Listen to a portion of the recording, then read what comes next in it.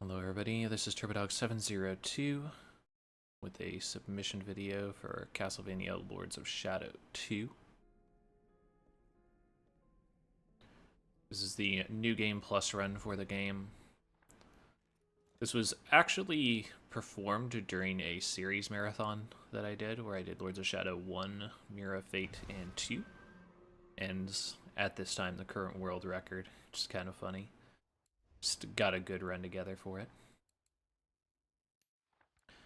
But we're going to go ahead and talk about this game a little bit as we work our way through it. Hopefully give some insight into how the run works and some of the nice things about it. So immediately at the beginning here, we reduce the difficulty to the lowest setting. When you do New Game Plus, it automatically puts you on the highest difficulty.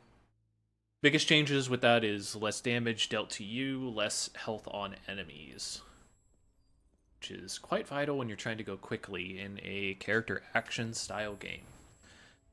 So right now we're doing a tutorial. You have to do the things inside of this tutorial or the game will not let you progress.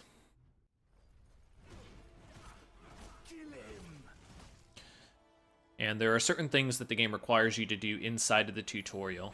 You have to do them in sequence as well when the game presents them to you. For example, I have to block there, and I have to do the parry retort.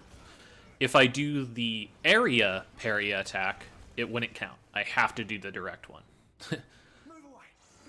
So here we get access to the dodge mechanic. Dodge is interesting in that it is the fastest form of normal movement in the game, like purely normal movement. So all you do is you kind of chain dashes together, and it's a little bit faster than just moving normally.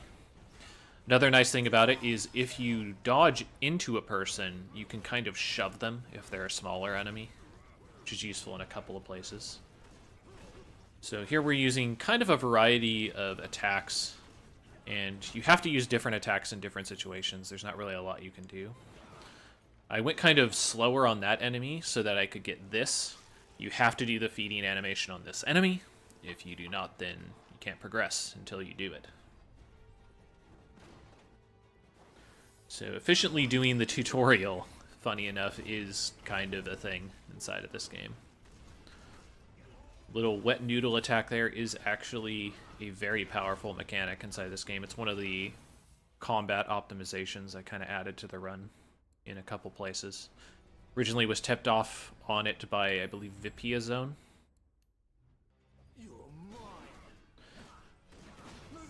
This is the Void Sword. Void Sword has less range than the Whip. It does less damage, but when it hits, it steals life, and it has special abilities that are specific to it.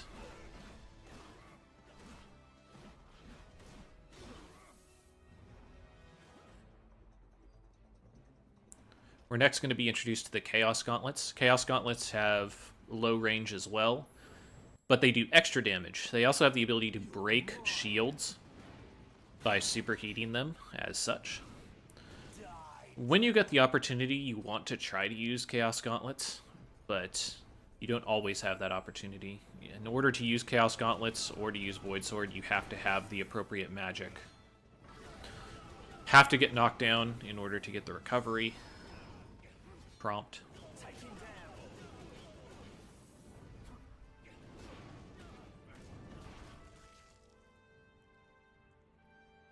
We move forward here. So this game's a fair amount different from Lords of Shadow 1 in that platforming is dealt with by like nodes. And these nodes you kind of like snap to as you do your platforming, as opposed to Lords of Shadow, which had kind of a looser system. Because of this, it's kind of difficult to find climbing skips, but some do exist. You'll notice at times that I am put into unskippable cutscenes. That is because many of these are supposed to have QTEs in them. But unlike in Lords of Shadow 1, it is possible to turn off QTEs, which is very useful for helping with your time. Fighting against the Gold Knight here, Ronald, I want to try to parry. Parry into a direct attack is the highest damage that I can deal to him in a consistent manner.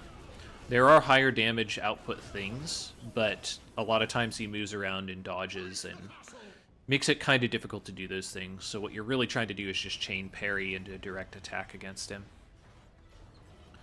This is all relatively scripted events, so I'm just kind of chilling out here, finding out what to do.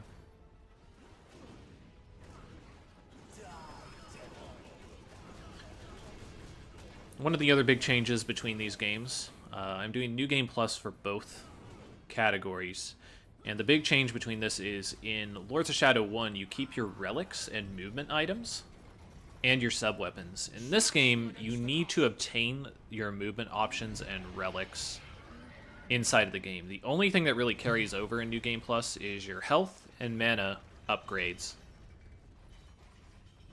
as well as your experience points that you use to buy new attacks.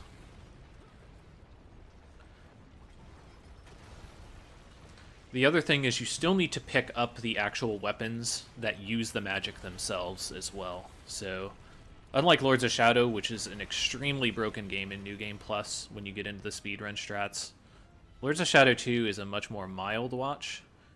But it does have some nice appeal from a casual perspective in that you actually get to see more of what's happening in the game. There's more things to look at visually, I would say.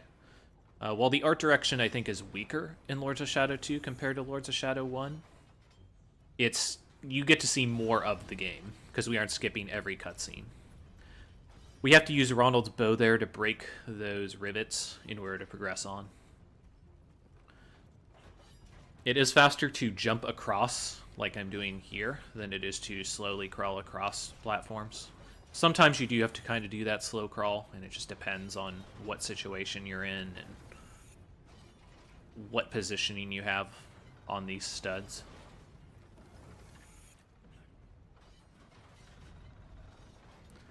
So here we see 3 more rivets that are blocking off this door. We'll see another one of these later on. And really this is just stopping these guys from interrupting what I want to accomplish here. So here I opt to just block and take the hit. I do that on purpose because I don't want him to miss the rivet. There are times where if you try to dodge out of the way, he'll just miss the rivet, even though he's already decided where he's going to shoot. And it's pretty frustrating.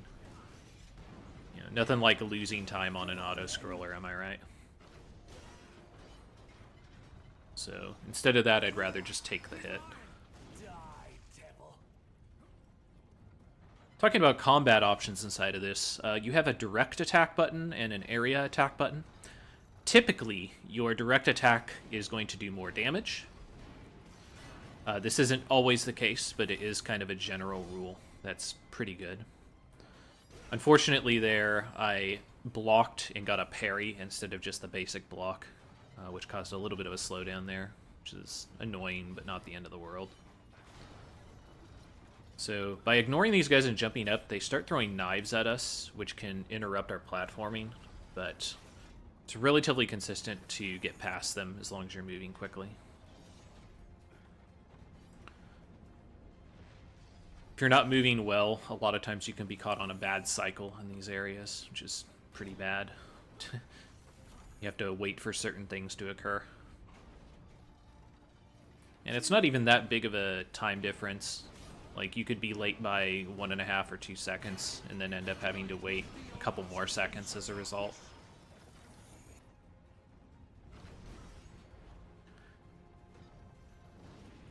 Once again, just trying to clear these guys out so that they don't interrupt me when I'm trying to line up for the arrow shot. It's important to try to finish off enemies when they're in their flashing stun state, because otherwise they kind of regen health. It is almost always 100% faster to just attack an enemy to death in their stun state than to try and drain their blood or some such. I can't immediately think of a situation where it's faster to not.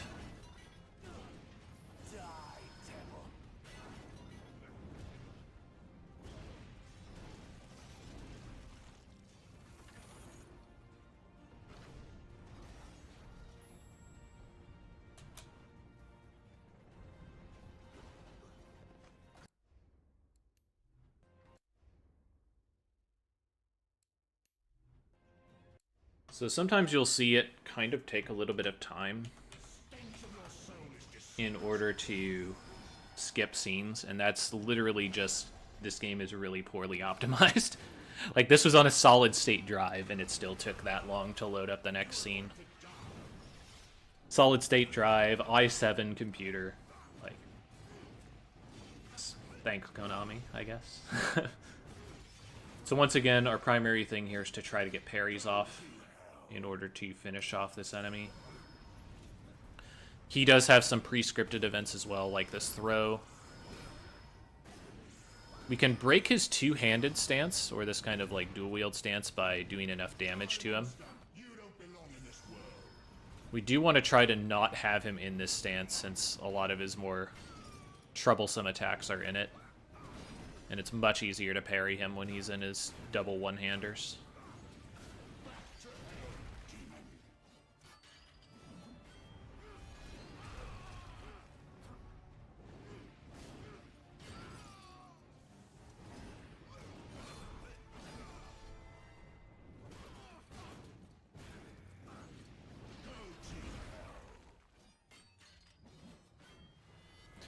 So unfortunately I missed maybe one or two attacks, or he gave me a little bit of a bad pattern, and because of that I end up having to chase him all over here.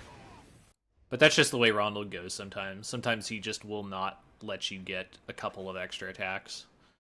And you just kind of gotta concede that, and just do the best you can to finish up. So, unfortunately, one of the things you can't particularly skip, Gabriel Belmont, the huge hero who turns into Dracula, you get to watch him kind of get bodied here. So this is supposed to occur after Lords of Shadow 1, when he's in his weakened state. There's a whole bunch of storyline stuff, but I'm not going to try to touch it too heavily here. Basic premise, though, is Dracula is extremely weak right now after a long slumber. And he needs to recover his power. He's already been accosted by Zobek, who is an evil necromancer, to aid him in rebanishing the Satan. The final boss inside of original Lords of Shadow is Satan, and you defeat him. Zobek is a follower of him, but then relinquishes him and kind of betrays Satan. And he's not feeling too good about Satan possibly coming back. In this fight, we cannot win it, so all we're trying to do is speed it up as much as possible and have him kill us as soon as possible. So big hero Gabriel Belmont is going to kill this family real quick.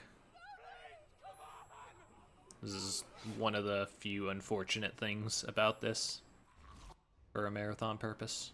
But you can kind of skip it over relatively well. There are a couple more graphic scenes that unfortunately we can't skip, but if that is a concern, it is something to keep in mind.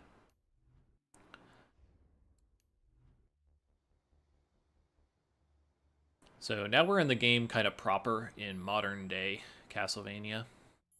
Castlevania City, I think it's called, literally. We now have access to the ability to buy moves. We're going to buy a few moves for our whip.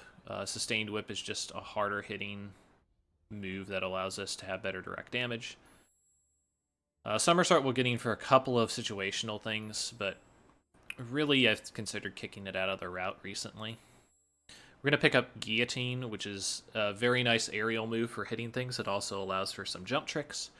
And Sustained Sweep, which is the wet noodle attack I was talking about earlier. Very, very powerful in select situations. Even though typically the direct attack is the stronger move to use in many situations, Sustained Whip's DPS is actually pretty crazy, which is why we pick it up. As long as you're able to sit there and tee off on the enemy. So this is a tutorial for our Shadow Daggers, which is our replacement for normal daggers.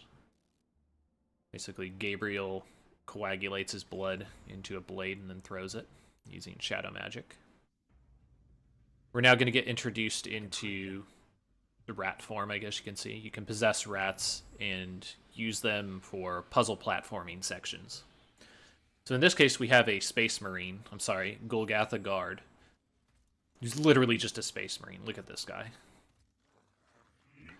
But those guys are invincible for all intents and purposes to us, and they will kill us very, very fast if they see us. These are the notorious stealth sections that people talk about when they mention this game. So even though we can't directly oppose him, we can possess him just as we did the rats, because he's kind of feeble-minded. Once we're inside of him, we have the ability to use his biometrics to open up this door. Bet you never thought you would hear biometrics being used in a Castlevania game, but here we are.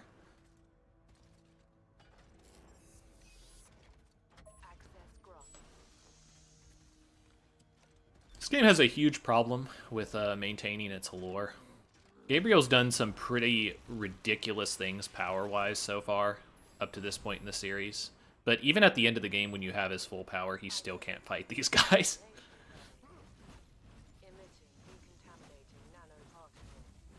This is an auto-scroller here while waiting for the door to open. It's actually a hidden loading screen, which really shouldn't be necessary in the PC, but again, here we are. Thanks, Konami. So now we get an introduction to the Bat sub-weapon. Bat is used to distract people. In this case, we're going to use it as a distraction to do the stealth section. And now we're going to do some sweet dashing here. So dashing in stealth is very different than dashing in normal gameplay. Normal gameplay, dashing has kind of a cooldown at the end of it.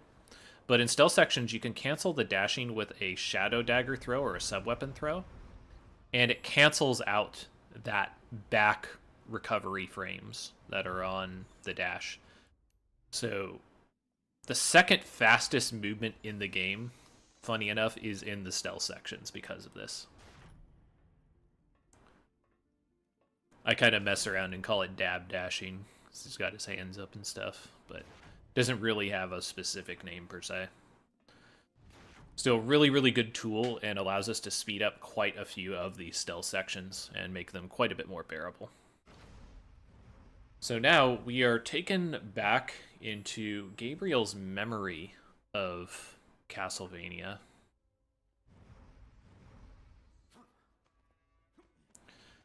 This is kind of a odd section in the context of the game, and it's not really fully explained what exactly is happening.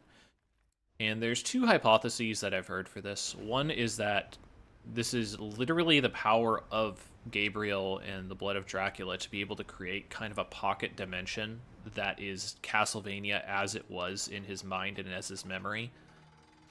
And because his mind is still clouded by the corruption of darkness and the blood of Dracula, literally, it causes things to change inside of it and try to prevent him from returning to the real world. Another explanation that I've kind of pushed a little bit is as a result of the DLC. In the DLC, Alucard has the ability to... He has a thing called Timeless Vision. When he uses Timeless Vision, he's able to, for a short time, revert the castle to a state in which he remembers it. So another implication you could take from this is that Alucard is bringing Gabriel back literally in time to a time when Castlevania still existed.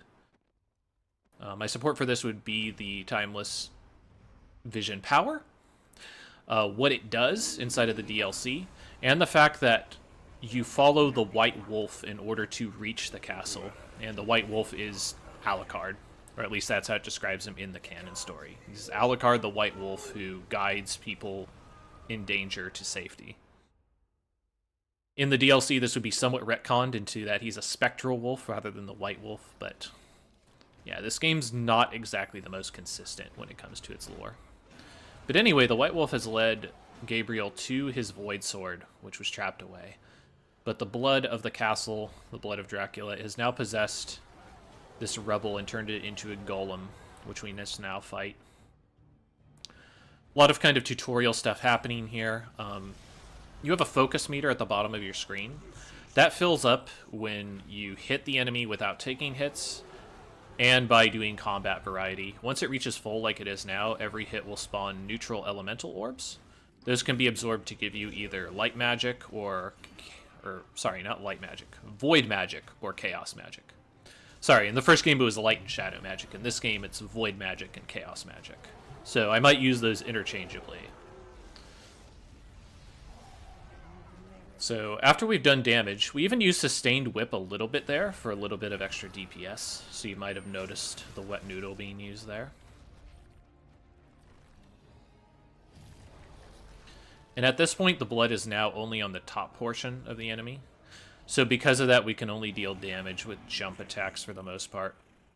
If we tried to use certain other attacks in the air, we would get a prompt from the game that we have to hit the blood, not the rock. So we're trying to avoid taking that prompt. That same prompt occurs if you get hit in the air. Also, we get that prompt that getting hit breaks your focus if we take a hit after obtaining focus. So there are some tutorial messages that we can avoid taking, but this fight's kind of annoying for dealing with that stuff. Because you're constantly trying to push the pace, especially during this second phase, where your combat options are kind of limited, but the game is hindering your ability to use all of your available options by kind of holding them at ransom behind these slow motion phases. But that's going to do it for this boss. We now have access to the Void Sword, and by killing this guy, we're going to get the Primeval Void Crystal, or Primordial Void Crystal. That is going to give us the ability to use Void Sword specific magic. When you charge certain sub-weapons with either Void or Chaos magic, they change. So funny enough, that piece, even though it fell on the ground a different place, it teleports to there. It's really silly. So in this case, we're going to go to the side here as we are forced to fill up our Void magic. We're going to use that Void magic to charge our Shadow Daggers into Void projectiles. A Void projectile freezes enemies and other environmental obstacles. By freezing enemies, you can either slow them down or freeze them solid, which is a complete stun lock on them. Just depends on the enemy and how many times you use it. Void Sword also gives us an improvement to our basic movement tech of dashing. This is the game introducing relics to us. Relics are usable items that are consumable. There's a bunch of them in the game, and they do different things. This particular one gives you full health and gives you an improvement to your health for a short time. So here we're going to buy some abilities. Icy Crest we're never really going to use, but we're getting it right now because that's the unlock tree for an ability later. We pick up Blizzard and Whirlwind. So Blizzard has a glitch associated with it that we will see a little bit later on. And Whirlwind is a very fast single target move that kind of goes across the screen and does a lot of damage. Here we're using sword dashing, which is using the direct attack from the sword as you're dashing. Kind of cuts down on the recovery frames on the dash, so it's a little faster. This is Whirlwind. So Whirlwind is more or less fast depending on the position that you do it from. If you do it close from the enemy, it does a few hits and knocks them into the air. But at very specific ranges, you can hit the enemy in such a way that instead of doing 2 or 3 hits, you can do like 6 or 7. This is most apparent on bosses where they don't tend to get knocked into the air. This game also has a competency progression system where you do more damage based on how much you use the move. Right now, Whirlwind is at 60%. You can see that progression in the upper left. Not super relevant for the context of this game, but it is something that helps out a little bit.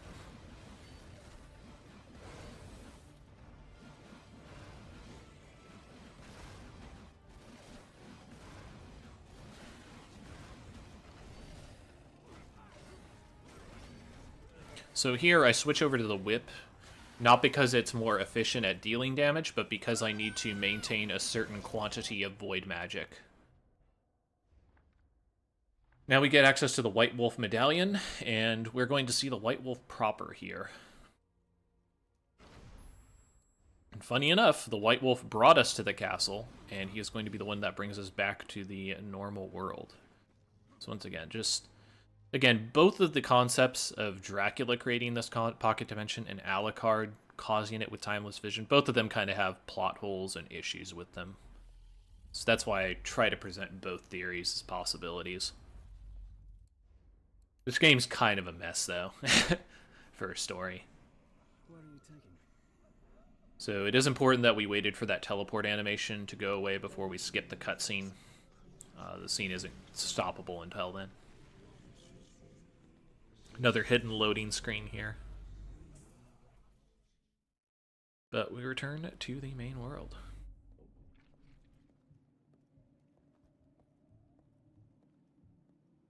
I'm back in the real world. The real world, not the fake one. So here we're going to go ahead and get some extra magic. We're going to overcharge our magic. It is possible to get 2 mana bars instead of 1. The second bar will degrade over time. Here we freeze this Vampire Knight,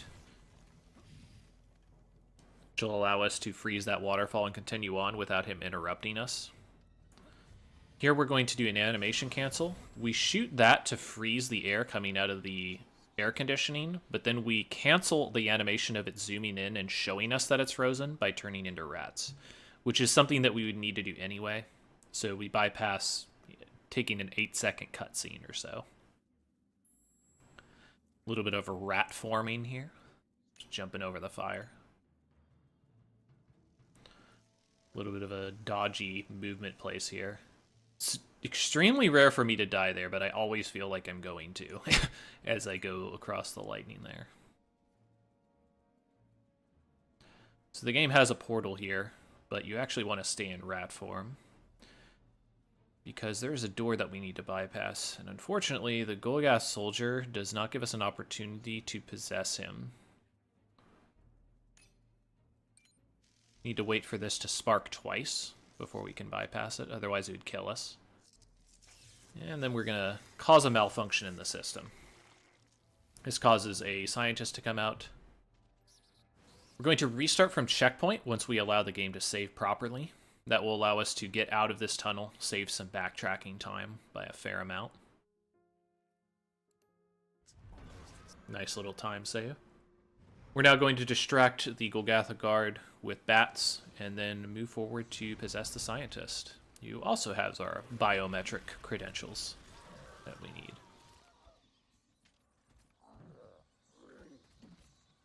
So we're very quickly moving into the final part of the game. Or not the game, the final part of this stage. And we're going to be fighting the first acolyte in her first form. Remain in the center of the hatch. Procedure terminated. Hatch opening. So now we find out that the acolytes of Satan are creating bioweapons that turn humans into these mutated monsters.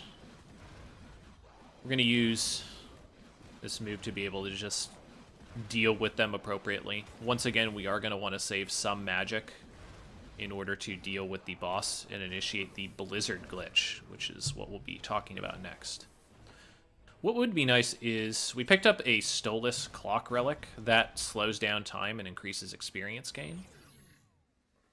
But we really would have wanted an ensnared demon instead.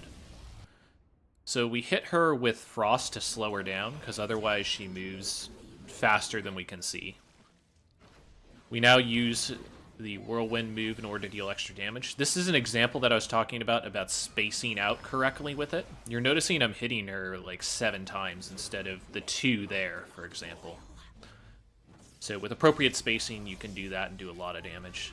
At this point, we don't have a lot of magic, so we need to spend a little bit of time hitting her with the whip instead. Our goal here is to get her to the point where she is almost dead, and then when she's almost dead, we want to kill her with the Blizzard move. So Blizzard, what it normally does is creates a field around you that freezes enemies and does a minor amount of damage. This field also heals you when you do it. But it does take quite a bit of magic. The Blizzard glitch is kind of an oddity when it comes to that. Turns out when you kill an enemy with Blizzard before most cutscenes, like killing her causes a cutscene to occur, and if you do that with most enemies in the game that do something similar, you can initiate what's called the Blizzard glitch. I'm gonna go ahead and finish up this fight here. So we got a lot of magic, and again, we did that somewhat on purpose because it can be kind of annoying to get her into the situation where Blizzard will kill, just because the damage is so low. Notice how she kind of likes to back out of the field of Blizzard as well, so it can be kind of frustrating to get off a hit with it.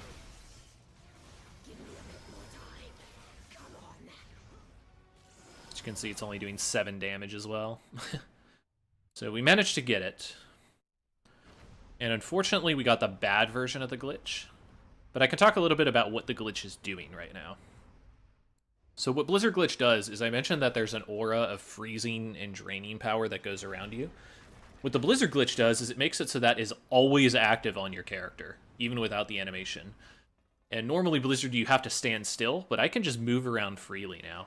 The bad version of the glitch drains your magic, but if you get the good version of the Blizzard glitch, you can create a state where it doesn't take your light magic, and you can just constantly have it. The reason why this is particularly bad to have the bad version of this is that it makes it so that you can't use light magic, and when you're out of light magic, like I am now, you can't restore it, and you can't switch to chaos power. So even if you had chaos power, it wouldn't be able to use it. It would just constantly shut it off. Luckily, there is a backup strat if this does happen, where we can try our very best to get tons of magic, and killing this large jailer initiates a cutscene as well. So if we can get enough magic to spawn where we can absorb it and still have enough time to do Blizzard again, we can get another shot at initiating the glitch.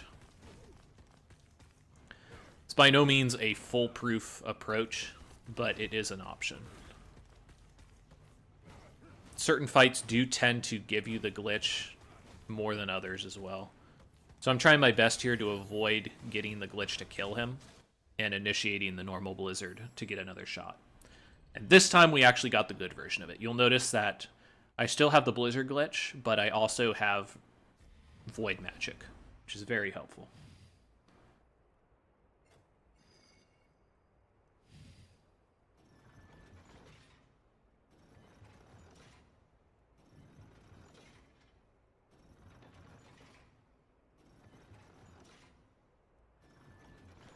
So now we're just making our way further in. Normally you would have a QTE associated with cranking that. So here we're going to jump our way up this chain. The chain moves down as you go up it, so we do have to jump off of it here for a moment to cause it to stop.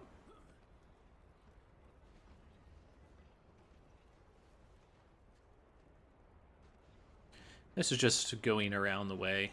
Right now we are on our way to free the Chupacabra. At this point, Gabriel is trying to find his Chaos Gauntlets and Chaos Magic, and he's been told that the Gorgons have it, who are people under his command. He's already ran into one of the Gorgon sisters who has said that Medusa has it.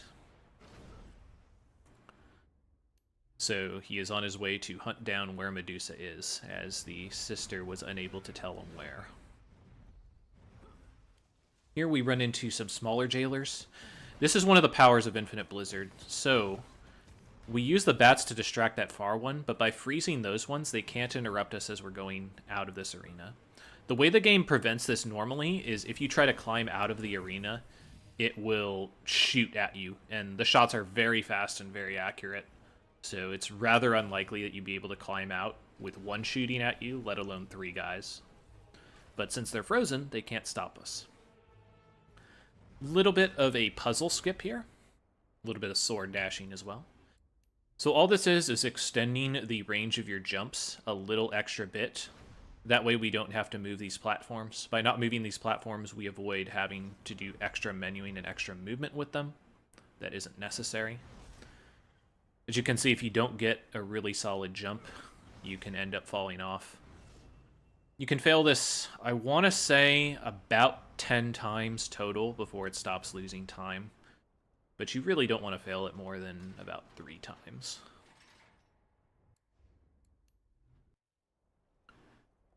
And we'll start to see kind of what was being saved here in just a moment. The difficult part with this is that a lot of times your forward momentum will get stopped by clipping the ledge. There are invisible walls that kind of lock you into those areas to prevent you from falling off in casual.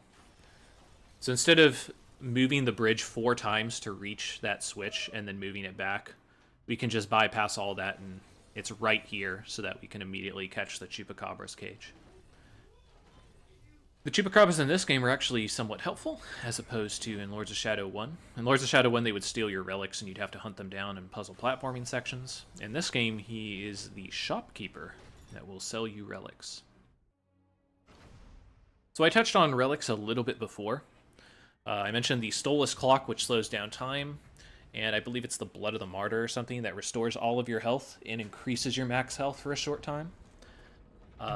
There are other relics, but the most relevant one is the Ensnared Demon.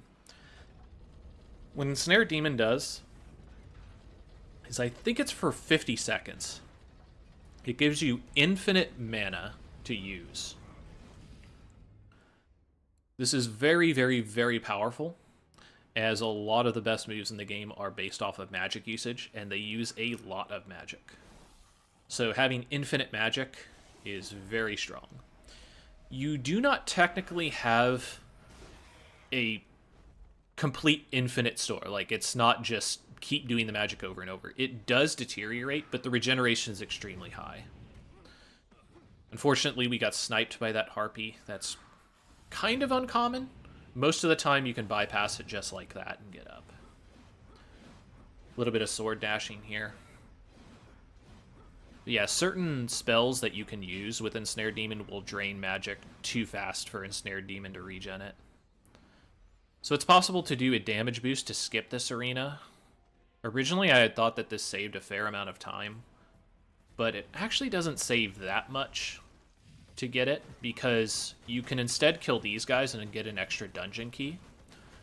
What getting this extra dungeon key does is it allows you to not have to kill another enemy in a later arena.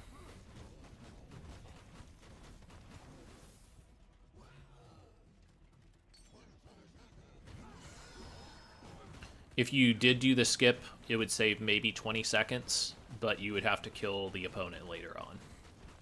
So, trade-offs. And considering that this was part of a series speedrun, as mentioned, I wanted to kind of hedge on safety. As you can see, I'd already been playing for about 5 hours at this point, so I just wanted to kind of get things out of the way. That purple sphere that you saw me pick up is a Ensnared Demon.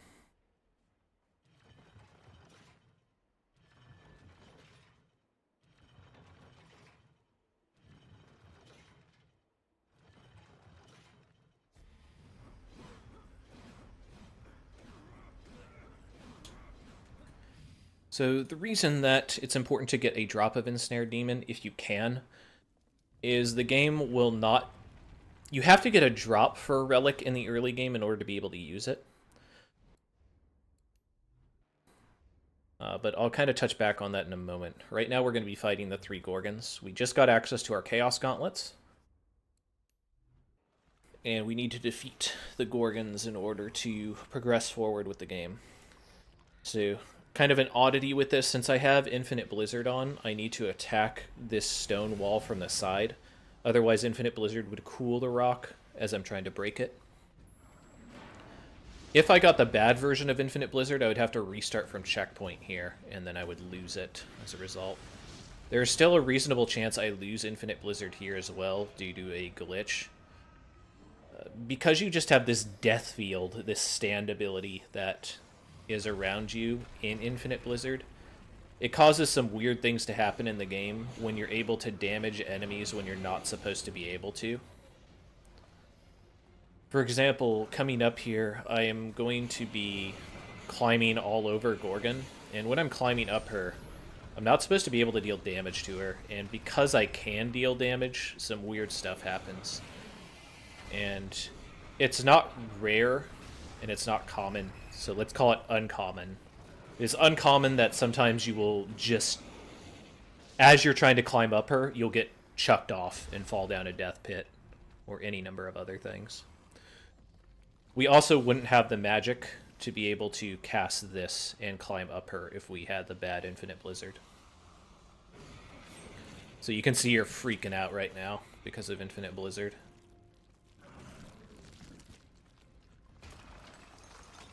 You'll also see her freaking out when I'm on this section as well. We're going to be going on her other arm to attack her other head, and you're going to see something pretty similar to that.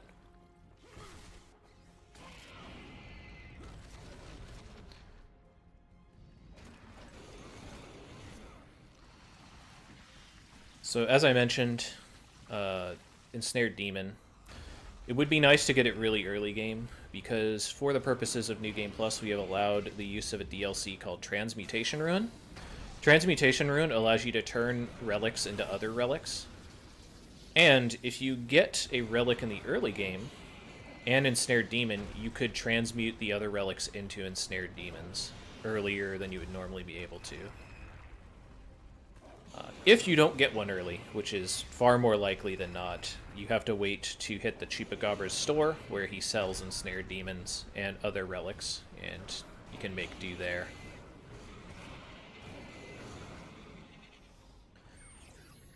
So here's the second event of this. This one's far more likely to cause problems, but still uncommon. And the reason for that is Medusa is going to hide her head inside of her snakes. See, it almost did it there for a moment. You saw me kind of stand on her arm rather than climbing up. Almost did it again. See, like, the game was being really, really kind of messed up there, so I had to be very careful. So here's an example of the game messing up. I'm supposed to dodge this claw 3 times before the head comes out, but I actually am dealing damage to the claw as it's coming at me. You'll see a lot of kind of buggy stuff like that for Infinite Blizzard, and sometimes it can create soft locks or crashes in the game, which is unfortunate. But you try to cope with it.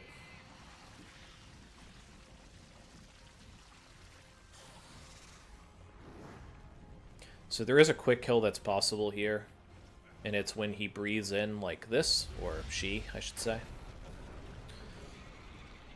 When she breathes in, you can shoot a void projectile into her mouth, and it kills her instantly. She can do that at the beginning of Phase 3, but unfortunately, she had decided to do her Fire Rain instead first, so I lost a little time there. Not really much you can do about that, though. So, when you charge your Shadow Knives with Chaos Magic, they become bombs that you throw. I throw it starting from the bottom there, because that skips a little bit of a tutorial as well. So just like sword dashing, you can actually do the same thing with Chaos Magic by punching while you're dashing. However, you do use a little bit of magic every time that you're doing these things. So Chaos Magic is by and far much, much more relevant than Void Magic for almost every situation. So because I have the good version of Ultimate Blizzard, I can kind of skip this next arena coming up. I'm going to opt to buy my abilities for my Chaos Claws right now. I get Smashing Punch, which is a version of Guillotine for the Chaos Gauntlets.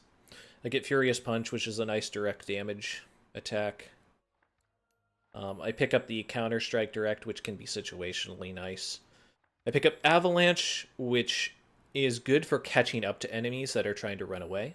I get Fire Cover, which is nice for corralling up enemies and killing them up really quickly against single targets. And I get Explosive Earthquake. Explosive Earthquake is extremely damaging, like really, really damaging. and it somewhat seeks in on the enemy. It's very useful for bosses who oftentimes like to kind of run around and avoid you. I consider it better than Whirlwind, because even though it might not optimally do more damage than Whirlwind, it's much more consistent at dealing the damage, and it tends to hit pretty easily. It also breaks shields with any version of Chaos Magic.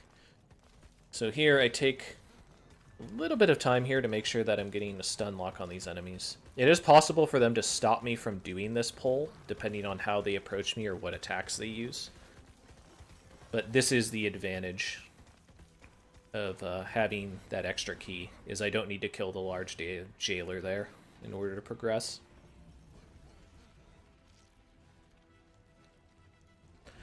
If I didn't have Infinite Blizzard, or the good version of Infinite Blizzard, I would have to use magic to freeze up the enemies and then use Explosive Earthquake. Will probably be my best options to get rid of the jailer. Not getting the good version of Infinite Blizzard isn't the worst thing in the world, but it does constitute a time loss, which is why there's some variance between my submitted time and my world record at this point. So I buy every relic that's available there, because using Transmutation I can turn any of them into Ensnared Demon. This makes it so that I don't ever have to gamble with drops. I can just transmute whenever I need it for extra Ensnared Demons. Because of this, there is routing potential to possibly use more Ensnared Demons than I use in this run specifically, but I think I do a pretty good job of managing when I need to use them versus not.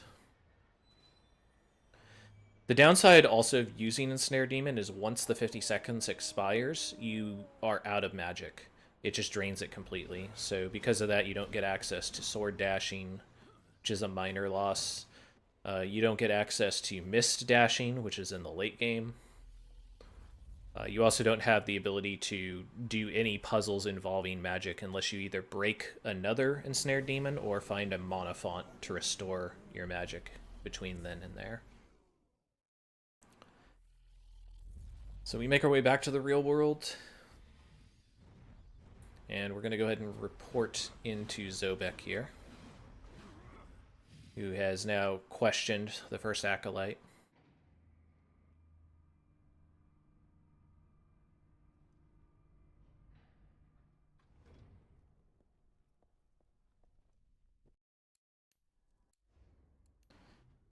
And he's going to send us out to do another errand.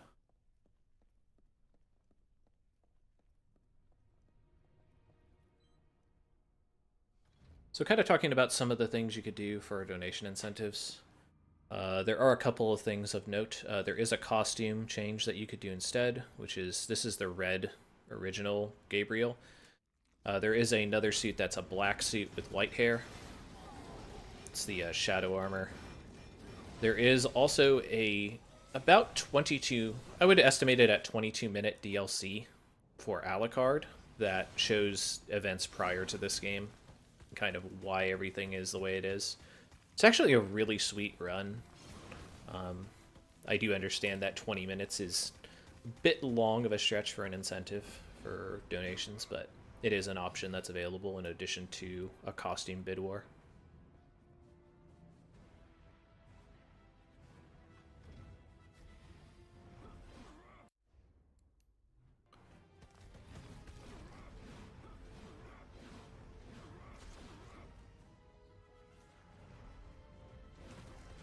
So this is just traversing Castlevania City to the next destination, which is going to be where the inoculation is for this disease. I mentioned that there is a bioweapon that they're using to turn people inside of Castlevania City into these monsters. And we are running around to try and find the antidote at a possible pharmaceutical company.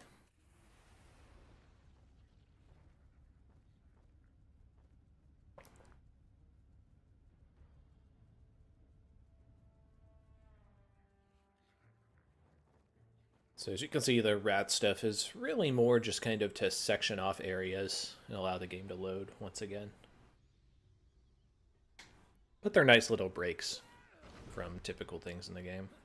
No idea why he makes a damage sound there when he comes out of rat form, but that happens all the time. So because we have Infinite Blizzard, this simplifies this next section quite a bit. We're able to skip over this platforming relatively easily.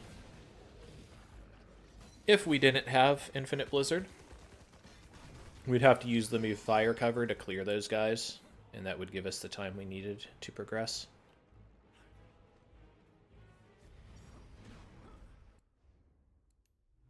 Security door closed. So funny enough, if I didn't skip that cutscene, we could actually just watch the scene and I wouldn't lose any time. Because he still walks through the door and I have to wait for the shower anyway. But by skipping it, I can break these and potentially get a relic to drop. So it's not really a time loss either way, and only a time gain if I can get some relics. Extra relics means no time to transmute. A little bit of a climbing skip here. By doing that little swing, I gained some extra height to go in that hole, rather than having to climb across the walls and drop into this room.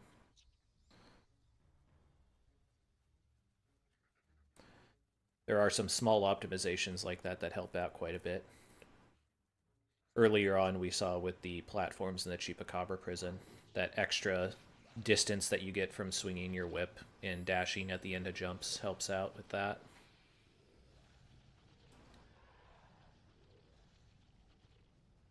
So here I'm pretty good on magic, but I do want to get a little bit more. So I stop here to top off a bit. Because your secondary bar degenerates on its own, it's not as necessary to fill your second bar as much as it is to fill your first.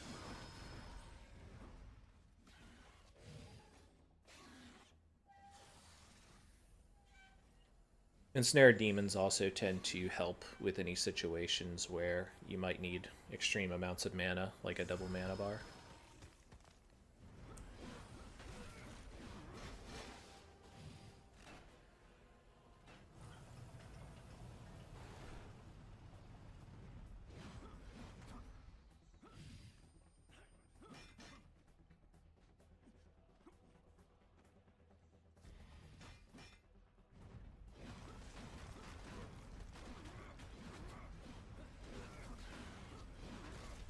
So we're just progressing through this part of it. So we did all of that extra sidetracking to reach this area, but activate the elevator. Had to turn on a generator that would allow this.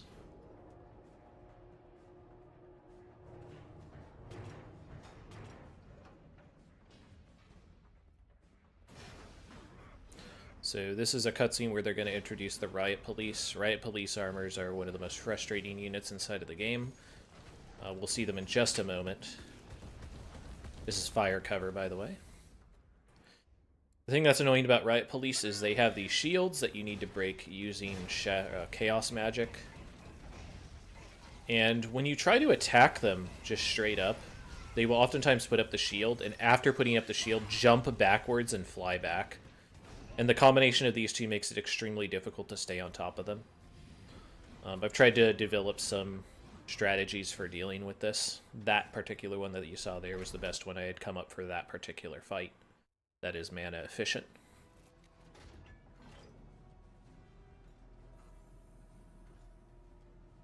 Later on we'll have Riot Mechs that are even worse, because you can only hit their faceplate to deal damage.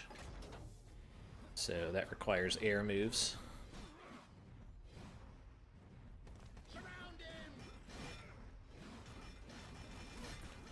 So still breaking our way back into the pharmaceutical company.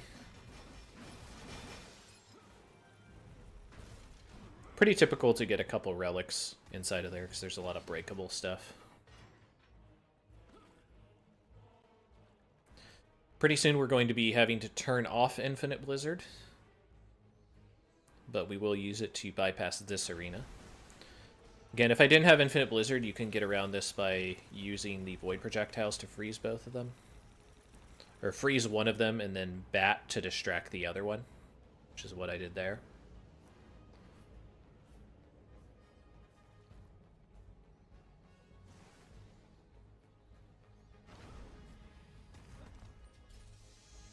Gonna have to break an ice wall here, so because I know that's coming up, I swap to the Chaos Gauntlets.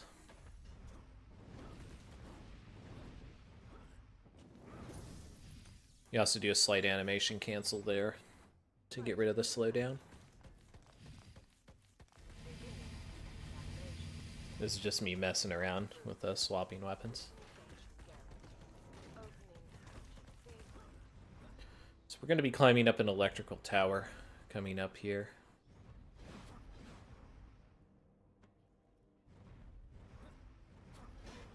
And this is kind of a rough section because if these guys chase you too far, they can cause trouble by shooting you off of the tower. What's more annoying is the fact that the cycle of those sparks, or like things being charged with electricity, or shooting out steam is somewhat random. There's not really a lot you can do to predict it. So it's not uncommon to take a minor death here, just due to a bad sequence, bad cycle. It's not too bad though. The worst ones only cost you like 2-3 seconds.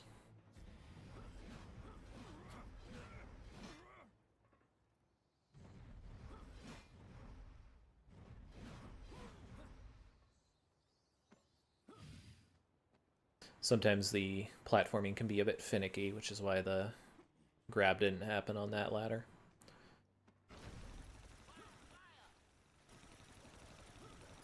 Very important to clear this part right here, that initial dash, because if you don't, it's very easy to get shot back down to the bottom of that climbing section.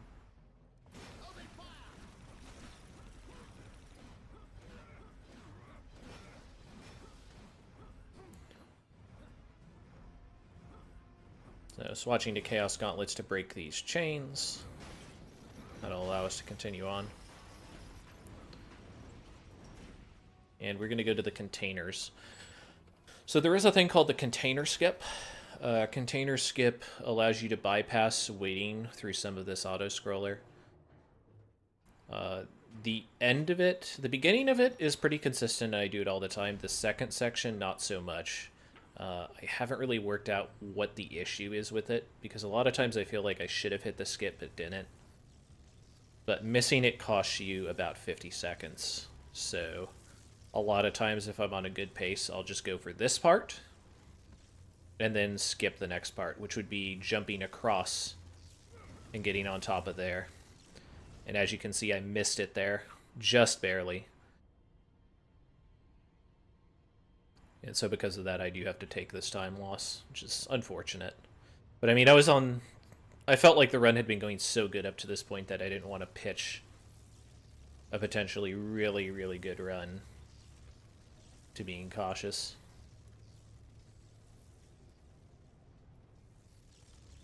That, and I mean, it does work a fair amount. Like, this isn't a completely ballbuster, but it just doesn't work sometimes, which is unfortunate. So this is what it bypasses, is waiting for this slow section here.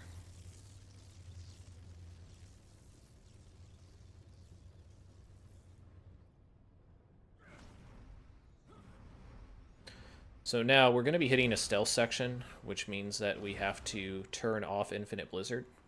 The way you do that is by either dying, like actually dying, or restarting from checkpoint. In this case, we can't really kill ourselves, so we're going to restart from checkpoint to turn off Infinite Blizzard. If you have Infinite Blizzard going on in stealth sections, it creates a lot of problems because you're dealing damage to enemies when you shouldn't be able to.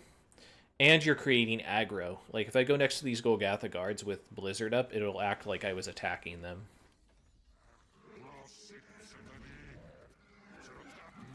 And then they just completely blow me up. They keep shooting me with the guns until I'm dead. So, gotta get rid of that Infinite Blizzard as a result of that. Nanoparticles remain in the center of the hatch.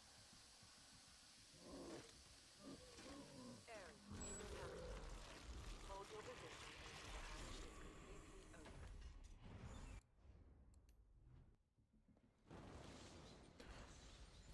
So we use bats to distract that guy so we can get to this ladder. He's going to kind of pursue us, so we're going to have to hide slightly. But then we are going to need his biometrics to get onto the train platform. We basically learned that this train must be going somewhere important because they're guarding it pretty aggressively and loading things onto it.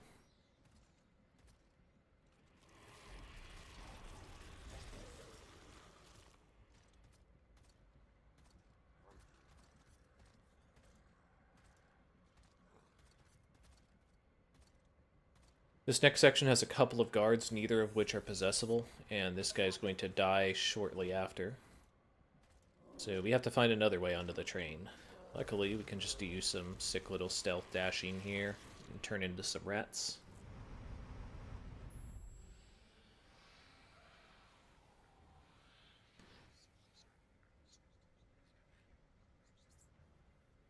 Just talking about some of the people that have innovated for this game.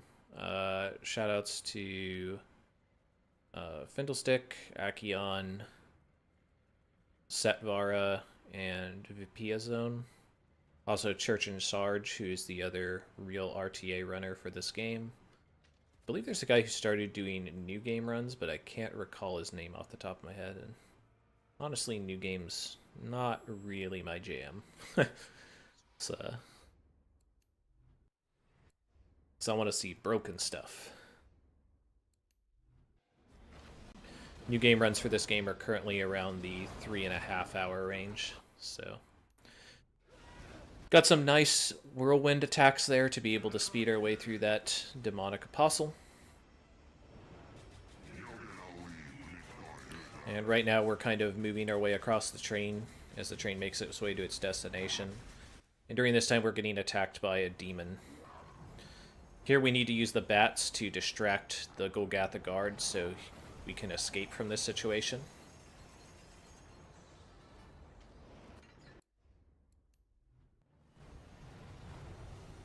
And a lot of this is just making our way to the front of the train, going through obstacles, things of that nature. There's also been a couple other people who've contributed to this run, but unfortunately I just can't recall their names off the top of my head, but a couple of European runners that are typical of the 3D character action genre.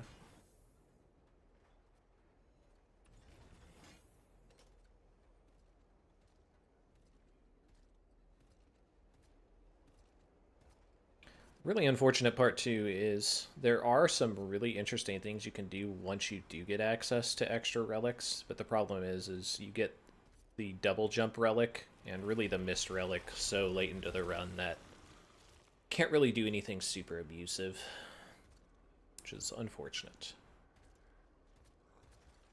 So at this point the blizzard glitch is really kind of the big time save comparative to just playing well and routing out correctly.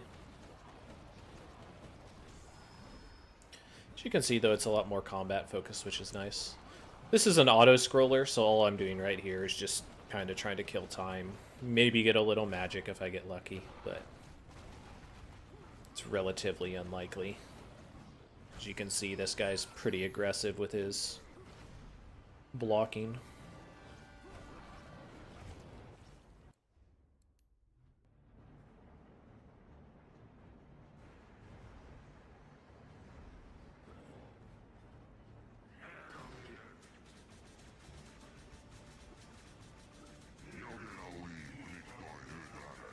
So we're going to be doing a little bit of dodging here in this section.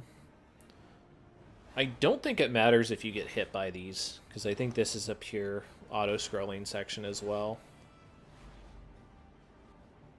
But I do it anyway, just to kind of keep my hands moving, keep my brain working.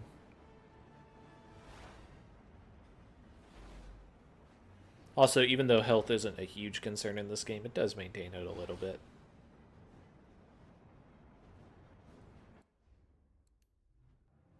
So here, if we didn't have Infinite Blizzard like we do now, we can try to recover it here. So I really slow roll this, because I was worried that another Whirlwind would hit him too many times and kill him instantly. So I slowed it down. But unfortunately, I got a buffered second whip attack there, and it did enough to kill him. which is unfortunate. So because of that, I'm not going to have Infinite Blizzard for this section, so I have to do a little bit of improvisation. Luckily, due to Transmutation Rune and Ensnared Demon, it's not that big of a deal, because I can still break an Ensnared Demon and use Explosive Earthquake to dominate a lot of encounters here. Just you kind of wish that you had access to it, that's all.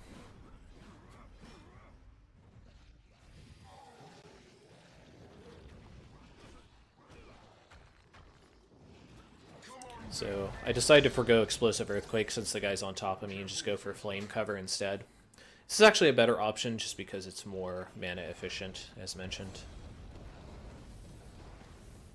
You really want to use Explosive Earthquake more for single target damage if possible, or for more durable targets.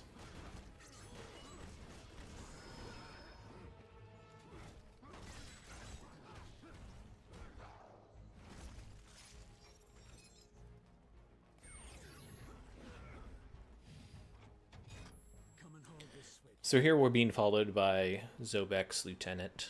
He's trying to help us out with these basic switch puzzles. In this next arena, it is possible to get damage boosted by the larger demon over this fence, which would save a little bit of time. However, it does require luck from him and a little bit of a precise jump. So because of that, I usually just forgo it and just beat him up. Like, a lot of this game is really just getting the consistency where you can. Because even though there's certain skips that I haven't implemented, that I'm aware of, I don't want to potentially lose minutes to a skip that only saves about 20 seconds. So, like, yes, I do have to clear all of these guys in order to do this. But if I had Infinite Blizzard, this would be very fast. And with better luck on enemies, I could do more aggressive strategies as well. But this is the vents you could potentially bypass.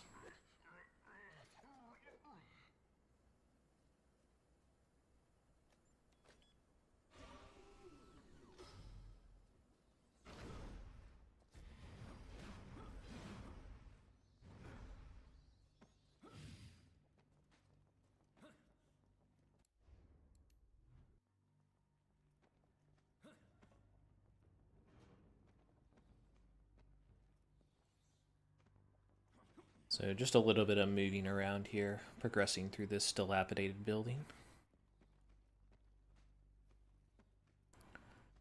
So we're going to be going to an elevator sequence break here. Inside of the next room, we're meant to have a puzzle. Well, that's in a little bit, actually. Right now we're going to have to make our way into the castle proper and obtain our mist ability, actually. So I do apologize, a little bit of getting ahead of myself there on the script.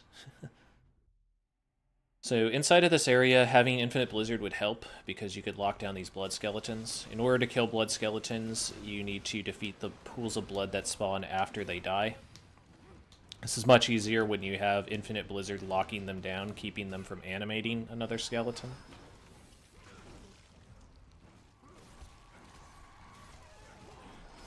As you can see, you have to use moves that hit the ground as well. Since this guy has a shield, I need to break through it in order to start damaging him. But after that, I can start working with Whirlwind.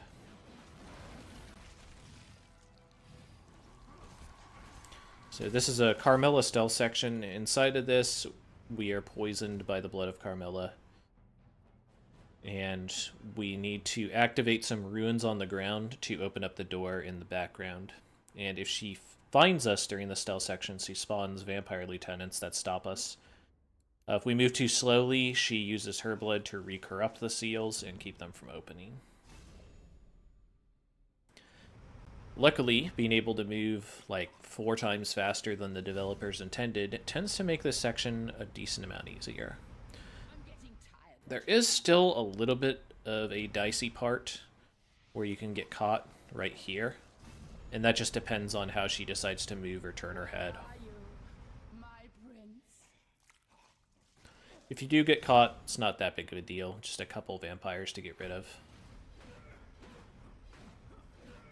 The mana isn't super important right now because we're going to be blowing an ensnared demon to fight Carmilla anyway. You see me swapping to ensnared demon in the relics menu there to prepare for it.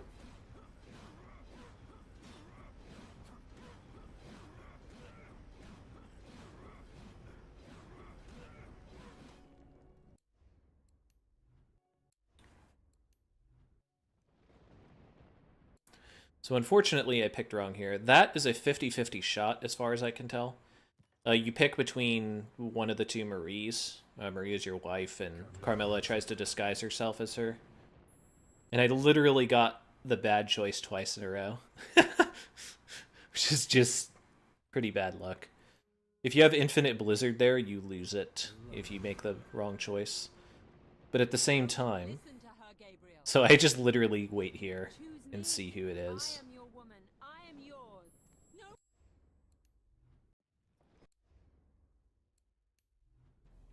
Your heart's beat. So if you lose your Infinite Blizzard there, that's pretty annoying, but you have to get rid of it pretty soon anyway, so it's not the worst thing in the world. The funny part is with Infinite Blizzard rolling there, you actually need to activate her immediately, because otherwise you softlock the game by damaging Marie. So there's the power of Earthquake. I literally broke her shield when that shield is supposed to be designed to roll away faster than you can engage her. And now she's trying to teleport around to stop me from hitting her, but Explosive Earthquake just sticks on top of her, which is very strong. We're going to be using Earthquake here to get rid of the clones super quickly. No way to kill them all before that thing zooms in on you, so we have to avoid that. So now we have access to the Mist power. Mist allows us to get out of certain moves, like that. Break another ensnared demon crystal, because I was running out of time. And now we're just going to work on finishing her off using Explosive Earthquake. And really all that comes down to is just making sure you're trying to dodge her moves. That way you don't lose too much time to getting hit. With the extra magic that we have left over right now, we can use it to do mist stashing, since we still have infinite mana. So there are two abilities using Chaos and Void Magic that can amplify your Mist ability and make it kind of jet forward. So by turning into Mist, we can use those abilities one after the other like this. This is Mist Dashing. That's the fastest form of movement in the game. Even faster than the Stealth Dashing. The main issue with it is it does take some magic, and it's really hard to control. And it kills encoding, as you might have been able to tell there. But if you have access to it, it's a really strong tool. Here we have to wait for our Ensnared Demon to wear out so that we can get mana. We continue to pull in mana during that, because the longer that you're getting mana from a mana font, the more you get on each tick. So the Mist is used as a dodge tool, but also as a unlock tool. You can use it to ride air currents and bypass certain cages. A little bit of a sequence break here. You are normally meant to climb up that building and over the side to get over that wall, but it is actually possible to use a guillotine into a mist to bypass the wall, just like that. Guillotine raises you up and moves you forward slightly, and then you can turn into mist to kind of slowly float forward and down. We're going to be seeing that again here in the upcoming room. This is the room I was thinking about previously. So, inside of this room, you're supposed to turn on an elevator, and then it's on a timer, and you have to traverse the entirety of this tower before that timer runs out. Takes a while to turn it on, and you have a limited time to bypass the tower, so we're going to take a different approach. So we're going to use that same guillotine into Mist Tech to be able to reach a platform we shouldn't be able to. This is a setup to get on top of that banister. And then we're going to try to kind of clip our way on top of that ledge. This can take a few attempts, but it does save time most of the time. I think it saves like 50 seconds or something crazy like that.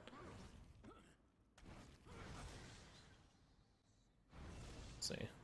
Unfortunately, sometimes the game doesn't want to cooperate. But, you know, you do what you can.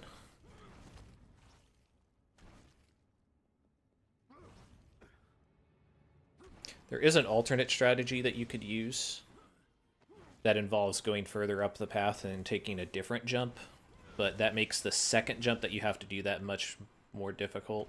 So you're basically trading difficulty on one jump for the other. So at that point, I still maybe saved like 10-15 seconds, but not my best skip there. And this brings you to the top of the section, instead of having to do the gauntlet of enemies and platforming and such. So if we did have Infinite Blizzard, we'd be getting rid of it right here, because the stealth section. Here I'm actually trying a strategy that I wasn't sure worked, and it turns out it doesn't. So the problem with this section is these scientists are what you need in order to gain access to the room inside.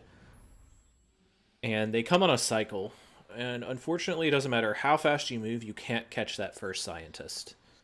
So what I was trying to do there was something that I had theorized, was maybe I could distract him with the bats, get through, turn into a human, and then possess him. But it doesn't look like they're targetable through the gate with the bats, so... lost potential. I didn't lose any time attempting that, though, so... no net loss here.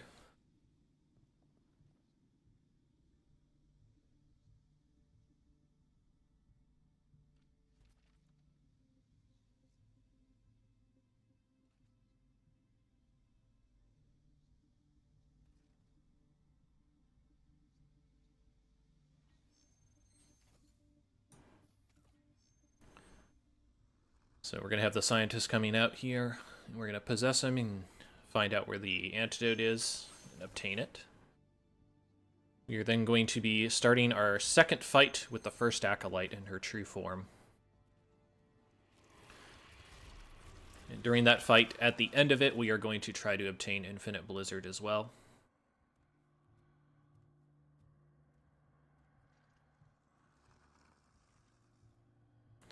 Look at that Larry, always coming in drunk to work for his inoculations.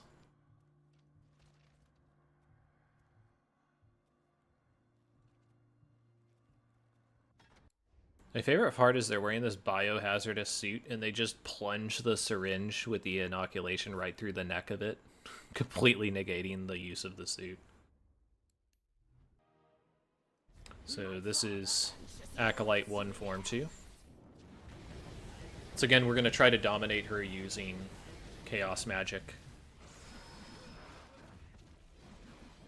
So this is a place where I've considered using a Ensnared Demon to speed this up.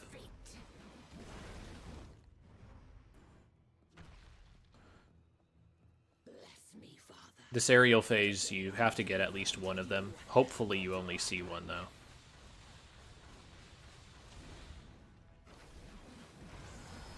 So a lot of damage coming out of Whirlwind here as well.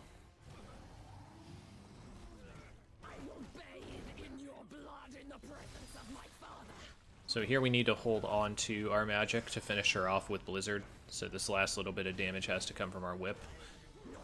We also want to do structured damage, not do too much.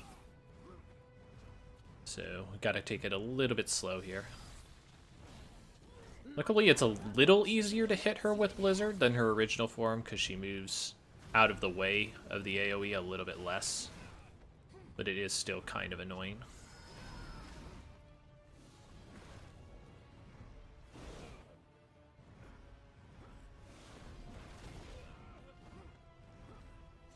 Funny part, I think I might have just strategized a potential strategy for this during this. Have to write that down somewhere.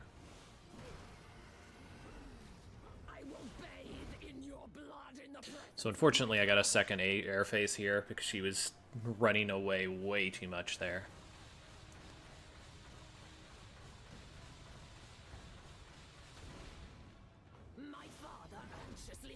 Like, look at this. Just Like, she's just all over the place right now. But I do manage to get the Blizzard off. And we do get Infinite Blizzard. And we do get a good version of it, so everything's good and in line. So there is a way to bypass this upcoming arena. I usually give it a couple of attempts and then forego it. If I have Infinite Blizzard, the good version, then this arena isn't too bad to take. It could potentially save about 30 seconds, I want to say, if you hit this first attempt. And you get maybe 3 attempts before you start losing time. A little bit more if you get a good bad attempt like that, if it makes sense. Like now I have to climb the whole building again.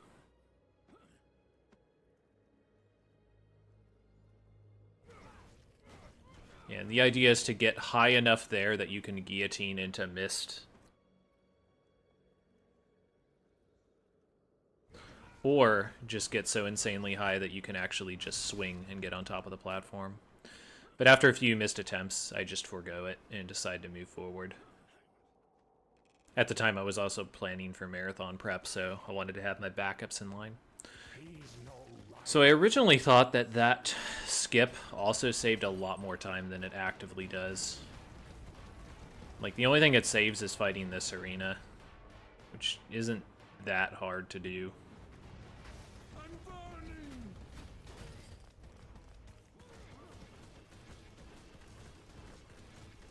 So here I wet noodle because I want to regen some fire magic, or chaos magic.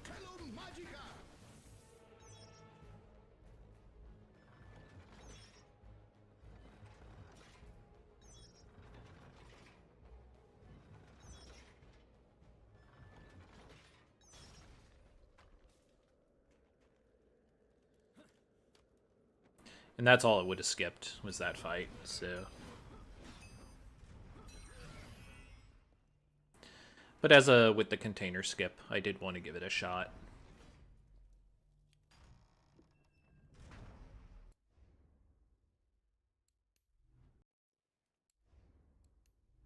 So as with this, there is still a fair amount of time that is potentially on the table for a really, really strong run. I'm pretty sure that this game can go under a 410, but I don't think it can go under a 4 with what's known. So right now we're on our way to fetch some of the pieces of the Mirror of Fate for Trevor.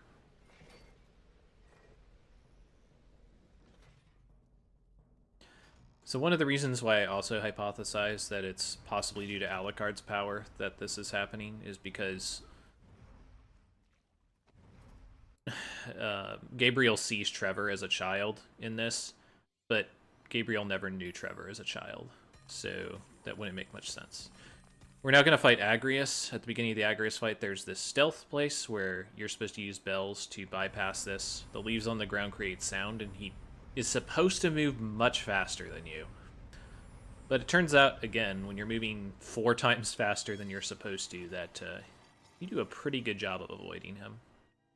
This is still a dicey part right here, depending on which path he takes. So that's why I delay a little bit there, to make sure I verify which way he's going. If you take a death there, it's not the biggest deal, because you've already pulled the switch, so you just have to rebait him across the level.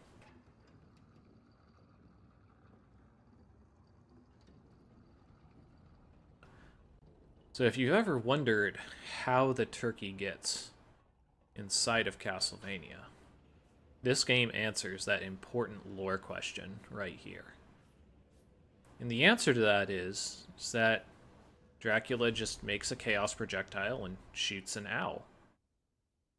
And that's how there's roasted birds in Castlevania. It's that easy. Filled in the holes for you. See?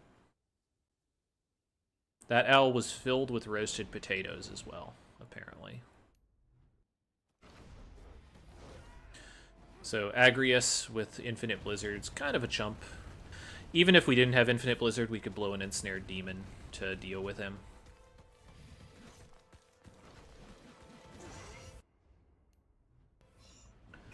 Check out this sick Storm Hammer that I do to him.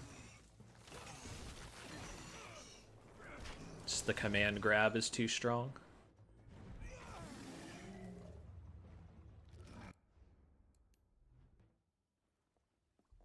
So we've gotten our next piece of the Mirror of Fate that we can give to Trevor, and after that we're going to be moving on to the Toymaker's Opera House, or Theater. With our little bit of extra magic, we can use Mist Dashing as well.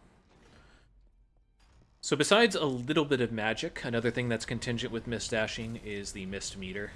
You only have so much Mist that you can use at any given time. It's also important not to run out of Mist as you're going into cutscenes, because I've ran into situations where Mist becomes not responsive if you go into cutscenes while doing that.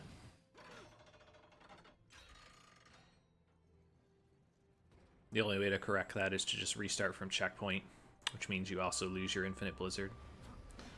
It's a small mini game that the game was trying to do there, but I skipped over it by moving towards the door. You're supposed to fight these guys, but with Infinite Blizzard, I'm able to freeze them while turning this.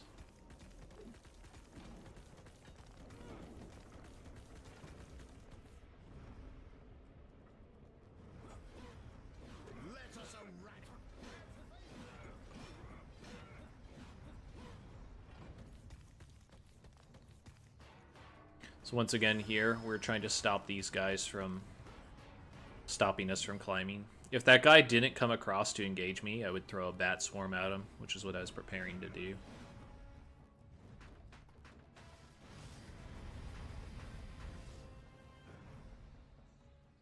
So here, we are trying to start the Toymaker's Theater. In order to do that, we have to turn on some of the mechanisms and open the curtain. That'll allow us to get to the control panel.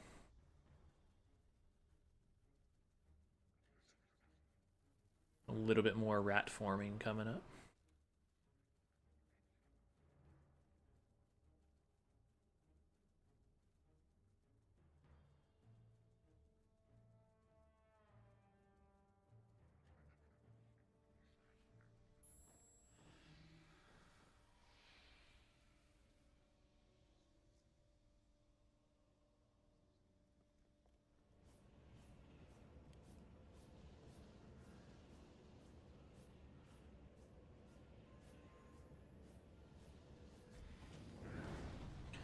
So we need to start that up using a Chaos Bomb, but then immediately make our way into here. So this is kind of a tricky place. It's about cycles and trying to efficiently read cycles. So the pistons that come out of the wall here are on set patterns, and realizing what part of the pattern they're on is one of the keys to making it a quick cycle. So I didn't know if that was the second or the first time that that shot, so I couldn't just take that. That time I was reading the pattern ahead of it, so I knew that I could get past the second one. But unfortunately, I wasn't able to read the third one before it caused me trouble.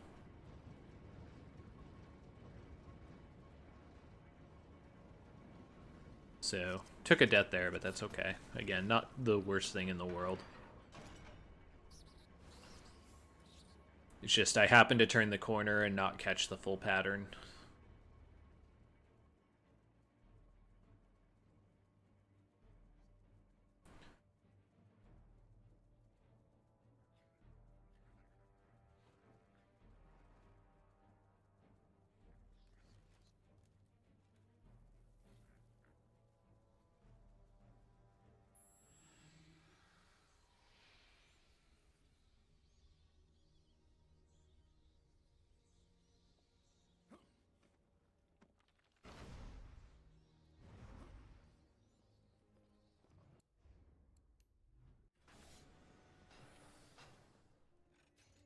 So this is the Toymaker's Theater. Basic concept here, you need to set the correct stage and put the correct actors on the stage based on the narration from the puppet. Since I already know what he's going to say, I can skip these scenes and just do the correct order of things. Excellent decision.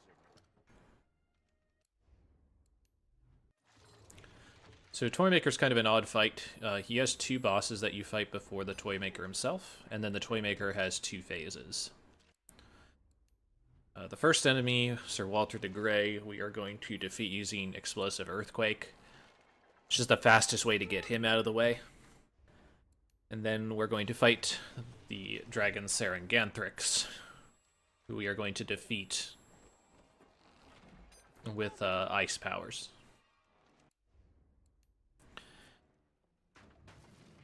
We do need to kind of budget our magic appropriately as well, because we do want to have some magic available for dealing with the second form of the Toymaker. You'll see why in just a bit.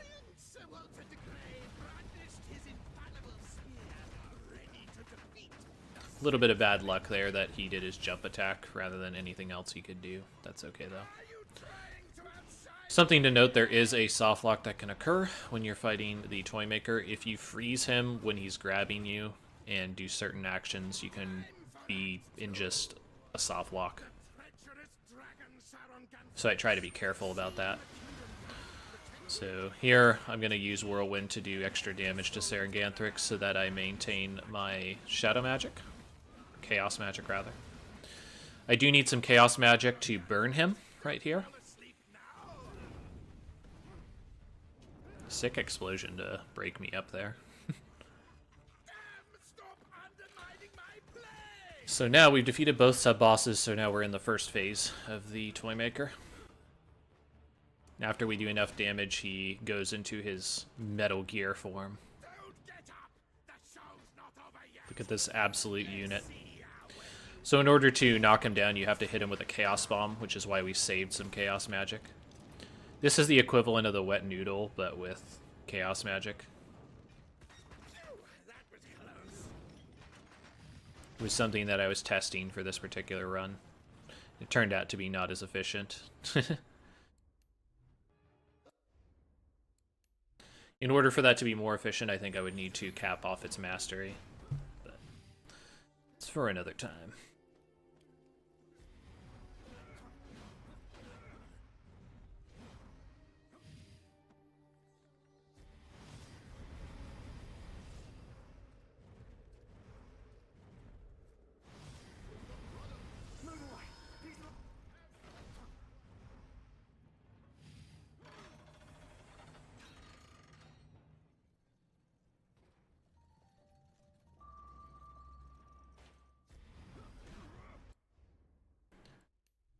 So now we've gotten a couple pieces of the Mirror of Fate, and we're gonna return to the quest at large.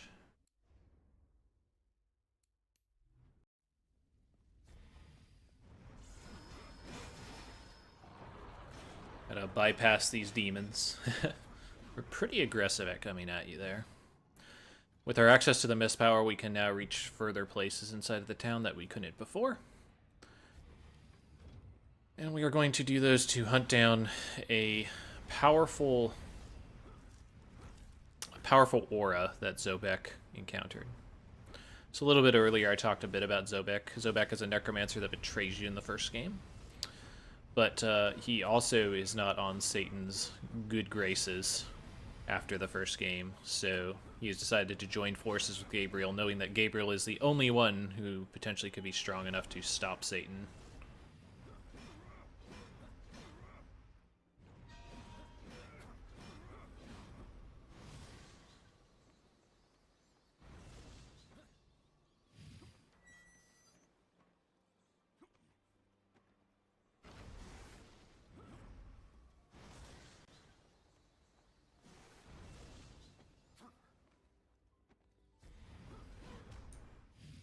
So just kind of moving into a new part of the town.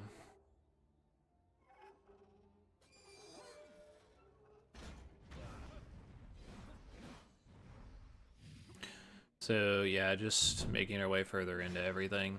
This is going to be our first encounter with the Riot Mech. Riot Mechs cannot be damaged flat out. You have to break their shield on their face before you can access their pistons. They're kind of coolant pistons. Because of that, they're one of the more annoying enemies to fight in the game. And as you can see, the Wyatt police around him are not exactly helping me either.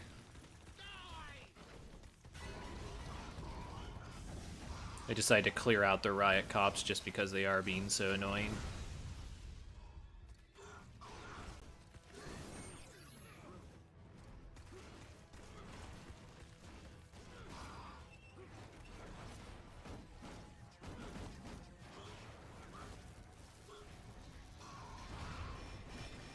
Defeating him allows you to move on to the next part of the game. So he blows up a wall.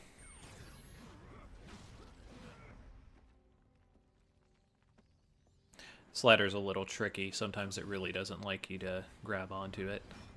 It's a problem with a couple ladders in this game, which shouldn't be a thing, but it is more often than you might think.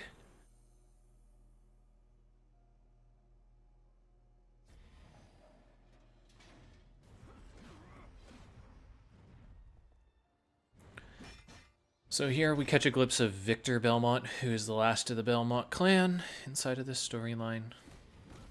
Again, try not to touch too much on story. And we're going to pursue him. He is chased by Abaddon, who is a huge demon. And we're in pursuit of the both of them at this point.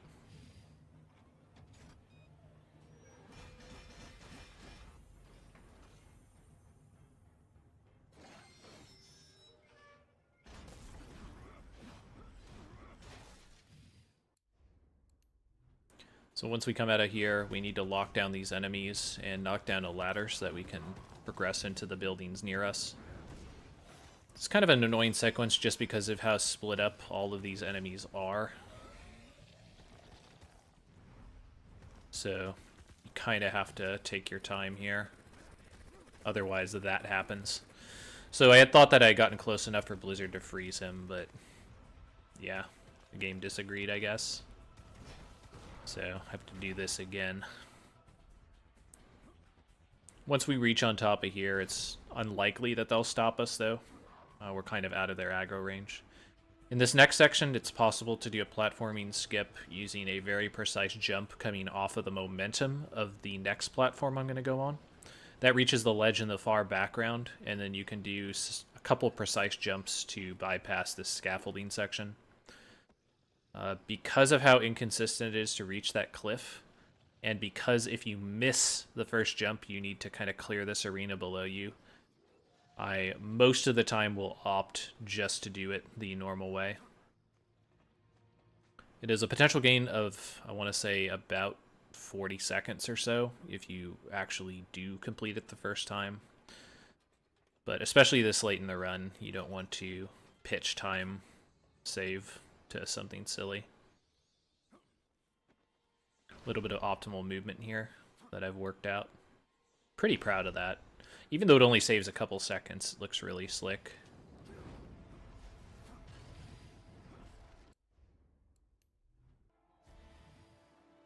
We need to wait for enemies to come down here, or otherwise they'll stop us as we're trying to ascend to the further parts of the stage. I could try to gamble and make my way up there, but the chances of making it are rather slim, especially with two enemies shooting at me.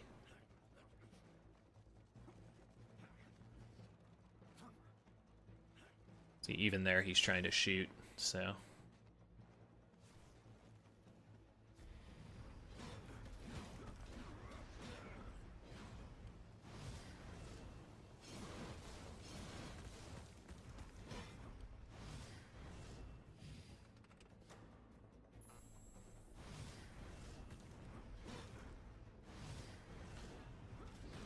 So now we're gonna ride a homemade rocket into the next building.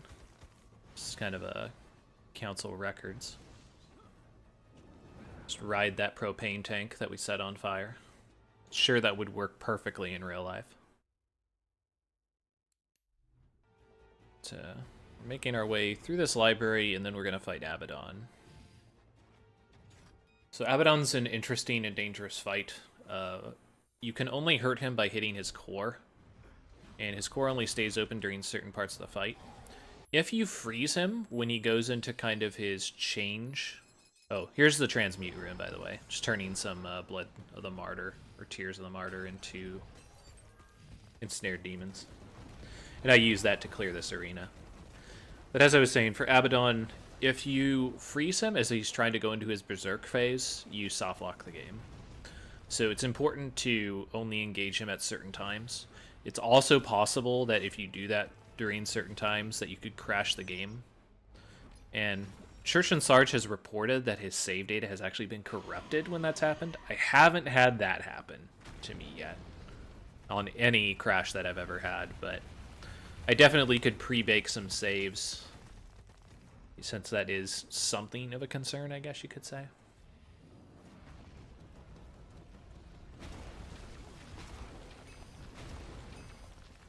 So you're going to see the Enrage here pretty soon. We definitely want to use Ensnared Demons here to speed up this fight, otherwise it takes a very long time.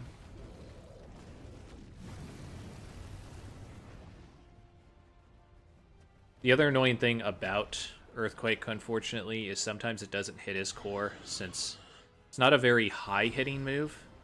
Normally you need to do jump attacks to hit the core. That's his Enrage, that what I was mentioning. He will do that at least twice in the fight.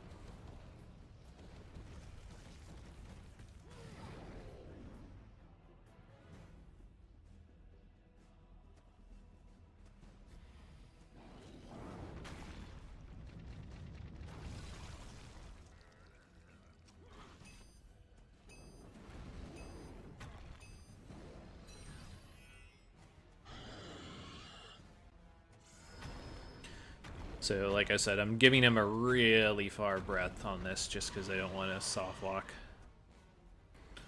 But after this, it's relatively safe. I still want to say somewhat away just because I don't want to get interrupted from my Earthquake. I also need to make sure that if I do freeze him, he's in a state where the core is low enough that I could hit it with Earthquake.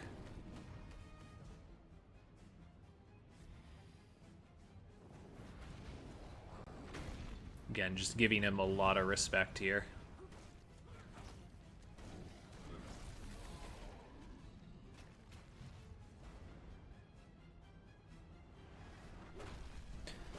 Let's see some sick kill animations here.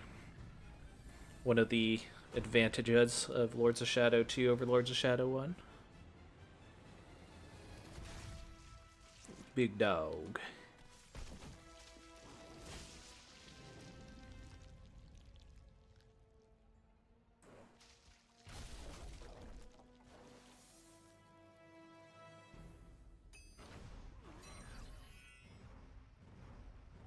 So we are going to blow the Talisman of the Dragon here. This next arena is 3 Riot armors. Or sorry, 2 Riot armors. 3 Riot police and 2 Riot mechs. It is a it's a catastrophe in our arena. And there's not really a fast way to do it. You could risk it all and attempt to climb all around the stage and hope they don't shoot you off at multiple places that they could totally destroy you. But I find that breaking the Dragon Talisman here is just a way better option. Kills everybody inside the stage, so you don't have to worry about that and you can just move on. Only a very minor time loss compared to the most optimal thing that can happen. So I'll take that all day. Slight platforming skip involving skipping the scaffolding here. This looks really dangerous, and it still feels really dangerous every time I do it, but it's actually quite easy. And that skip's just having to swing back and forth on that scaffold. Saves a few seconds. So I'm going to use Mist here to move slightly faster than my walking animation. I stop early because I know that I still need Mist to get through that door. So I regen just enough to get through it. And move on. Once I get through it, I can't use Mist anymore, so just gotta hit the cutscene. This is one of the best uses for the Wet Noodle. In this place, my relics are locked away, so I can't use my weapons. The Wet Noodle combined with Infinite Blizzard is extremely powerful in this phase. So since I don't have any magic, it can be really useful here to get magic for the next phase. In the next phase, I will need Chaos Magic for Chaos Bombs to destroy the pillars that guard Victor Belmont. I could also potentially have used an Ensnared Demon to speed up that phase. This is where we use the Chaos Bombs mentioned before. So we need to break all of these pillars.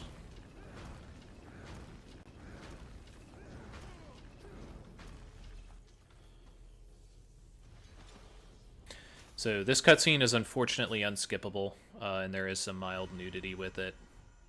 So this is one of the concerning parts of the run that I will mention. There's another one at the end of the game, but this is something to keep in mind. This demon is the demon that's inside the Dark Crystal. Dark Crystal that Victor breaks just before this. It's the most powerful item inside of the first game. Similar to what the Talisman of the Dragon does in this game, it's a full screen clear against non-boss enemies. And does a lot of damage on most bosses as well.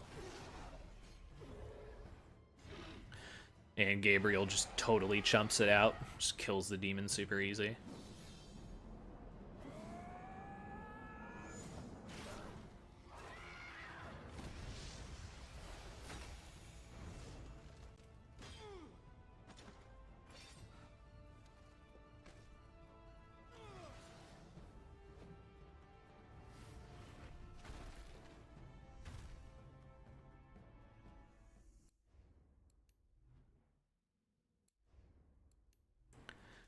So now we give the antidote to Victor to give to the people that are hiding underneath Castlevania City, and he realizes that we are not the bad guy. We move on. Nice little shout out to previous games in this series. He has the wings that you have inside of previous games that you use to get double jump normally. Funny enough, we will be getting double jump soon enough here. So this was kind of funny. That's the first time I've ever had this fail. There's a draft of wind that's supposed to take you forward, but for some reason it didn't actually take me when I transformed there. Kind of a silly little loss of time. The way out is right over here.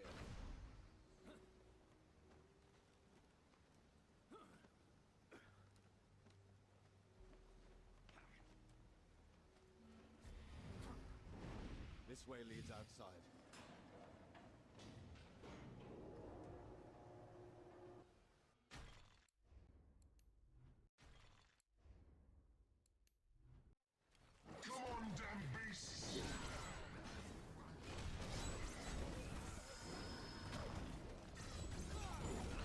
So this is an arena where I probably should have broken an ensnared demon to speed this up. But you kind of want to have extra magic for the next fight coming up. The next fight is going to be against the Blood of Dracula.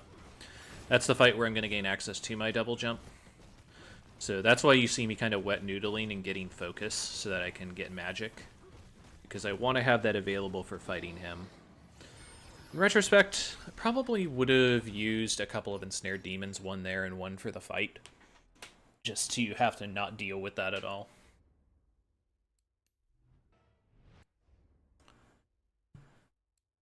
Funny thing about ensnared demon is the 45 seconds is still being expired during cutscenes as well, which is pretty annoying.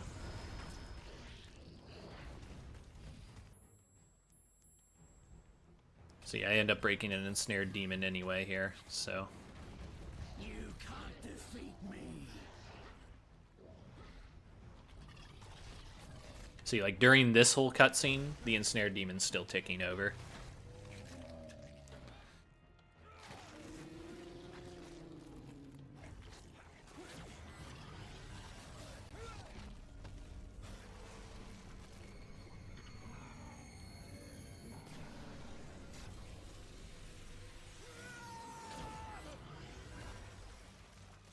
Now we have our wings, which gives us the ability to double jump.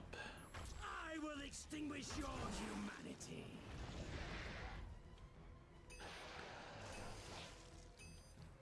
So this is the weak point of the boss. You do need to double jump in order to get access to him.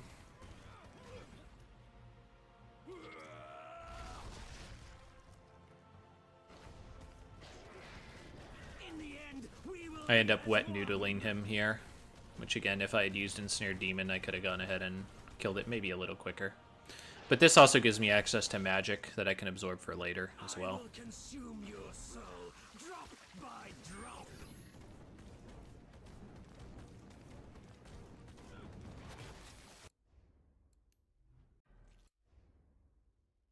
So now, Victor Belmont sacrifices himself so that we can kind of unveil the second Acolyte. And we're going to make our way to fight him now.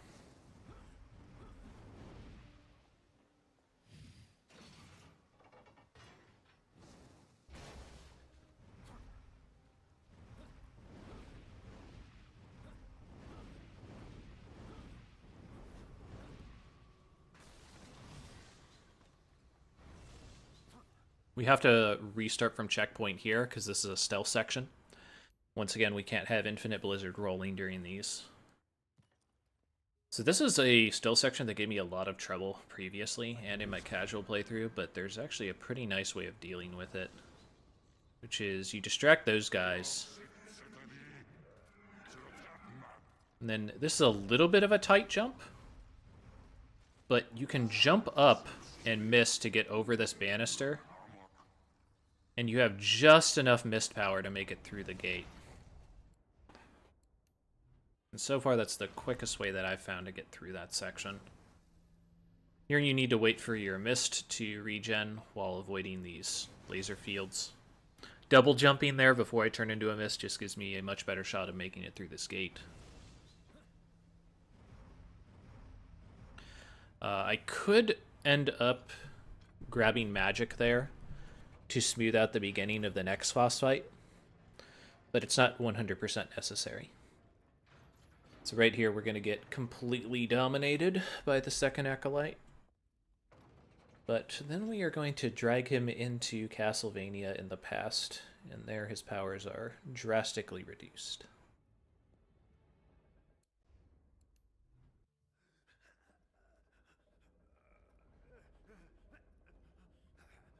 Which dark hole have you crawled out from?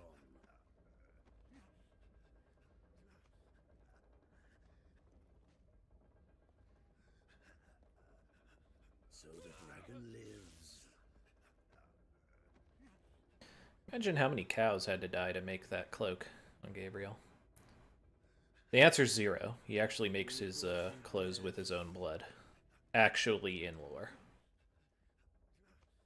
So I guess technically Gabriel's naked right now. It's very confusing. But now we're going to fight to the Riders of the Storm. There's 3 of them. It doesn't matter which one we kill first. Once they reach certain breakpoints in their health, one of them will die and the others will get stronger. It's basically Ornstein and Smo, let's be real here. So now we've cut it down to 2. Since we need to wait for our MP to refill with the Ensnared Demon, we use the Void Magic here. Now that it has enough, we can go ahead and work with this now.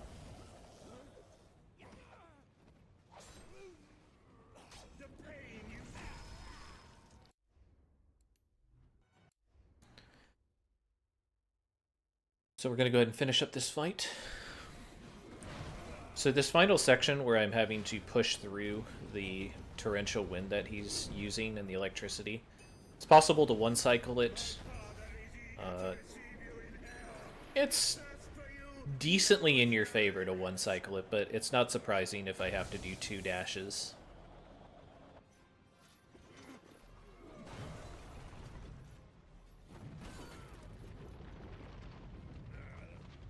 Look at this huge hero with his sick Superman punches. I will not be defeated by you. I will not fail.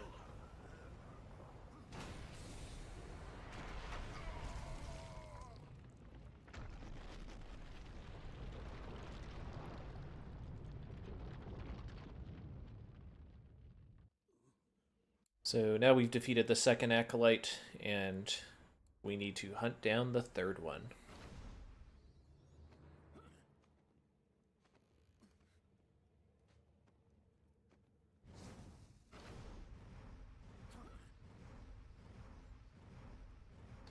To that effect, we definitely need to go back to the real world, right?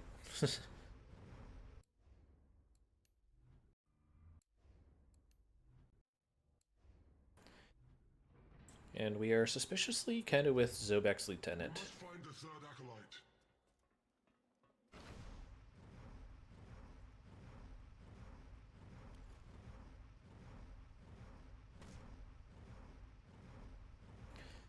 So now with our double jump, we're able to access a couple extra areas that we couldn't before. And we also have access to the Mirror of Fate, which allows us to open up these doors. This is a pretty simple match the shape puzzle. Sometimes they can be pretty annoying because they don't give you the best cue on where they're supposed to be on there. Like if you don't get an edge on there, it can be hard to tell where exactly the piece fits. Anytime that you have to spin the piece is a slight time loss as well, because the frame rate drops and kind of slows down its acceleration. That being said, it's a very minor part of RNG compared to other things in this game. So you're intended to speed up and slow down to get past the flamethrowers here, but I'm just going to damage boost through them. This next one is a slight puzzle. You're supposed to throw daggers at these walls in order to drop panels for the lieutenant to stand on. He's trying to make his way across the gap to pull a switch on the other side to open up the door on the far wall.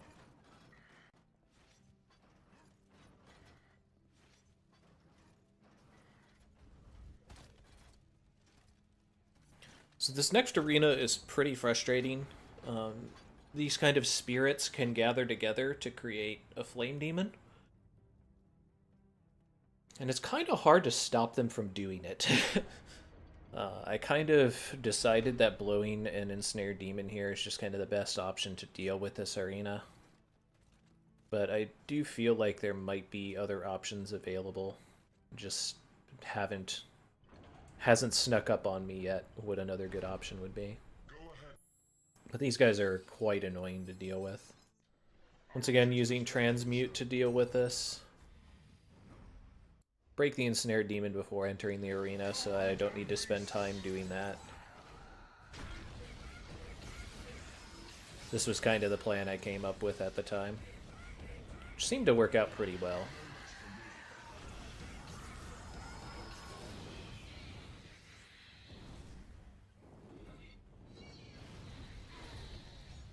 As you could see, there's not really a lot you can do about this fire demon once he's out. It's just a huge jerk.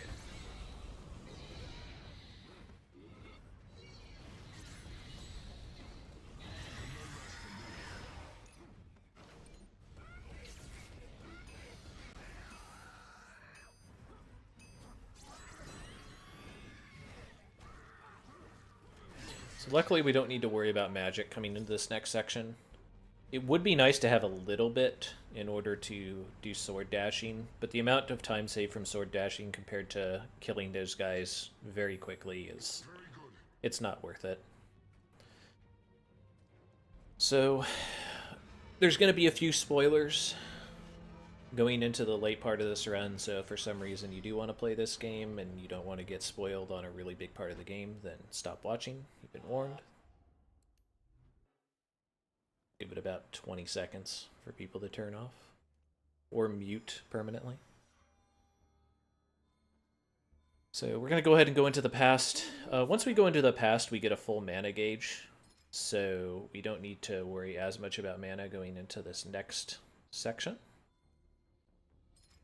We're going to go back in time to the original fight in the tutorial. The enemies are going to be significantly weaker. And to that effect, we're just going to use moves that hit them as soon as possible so that we can clear them ASAP. See that? I said as soon as possible, and then I went ASAP. That's a variety.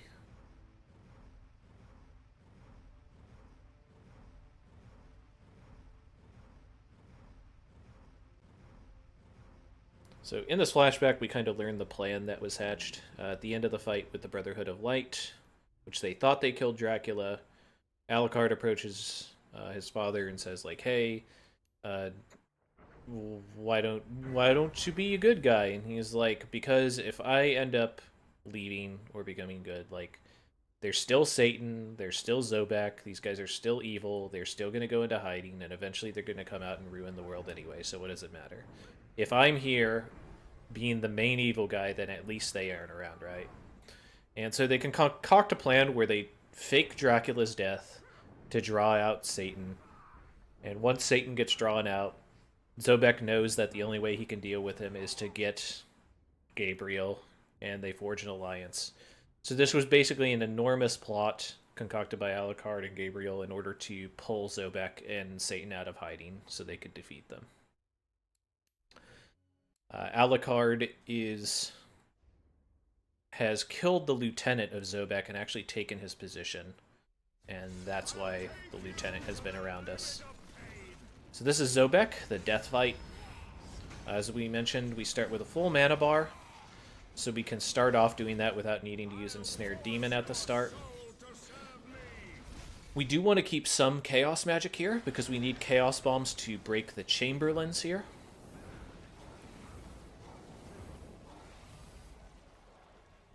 We then go into phase 2 of death. The funny part, I actually end up crashing my game at the end of this fight, which is a pain in the butt. It's happened about 3 times now, and it costs you maybe like 30 seconds or something, but not much you can do about it.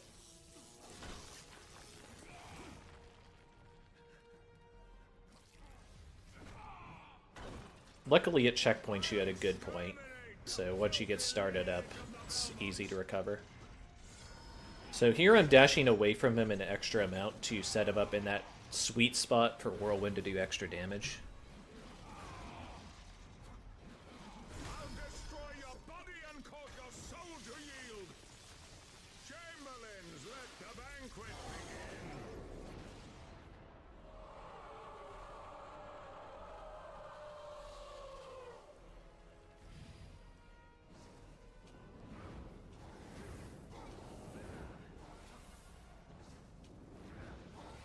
Unfortunately, it didn't let me target that guy in my single jump, so I had to re-jump there a little bit.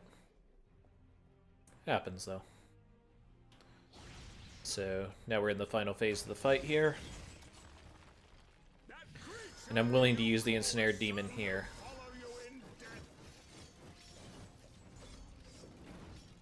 Once again, using Explosive Earthquake to just kind of speed this along. Unfortunately, he does this Lightning ability, which is basically the worst thing he can do. You either take it and have to spend a lot of time in the grab animation, or you spend a lot of time dodging it. Neither is a great option, and he just summoned 2 of them, so like this was a pretty bad luck fight.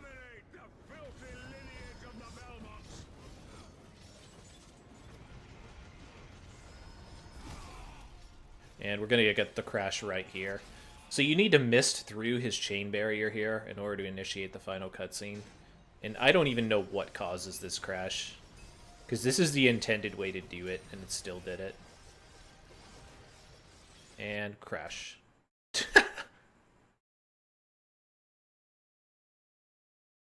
So, at this time I'm scrambling to turn back on the game. I did realize that this has happened before, like I said, about 2 times at this point, so I know it's something that can happen, so I'm immediately ready to start the game up again. But as you can see, there is a time loss there as well as a result of this.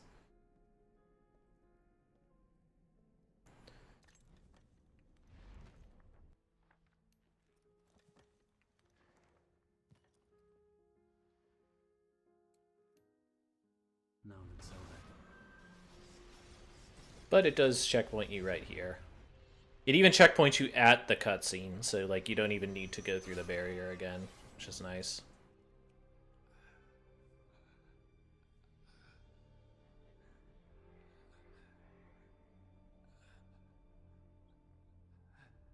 So we've defeated Zobek, we've defeated the 2 acolytes.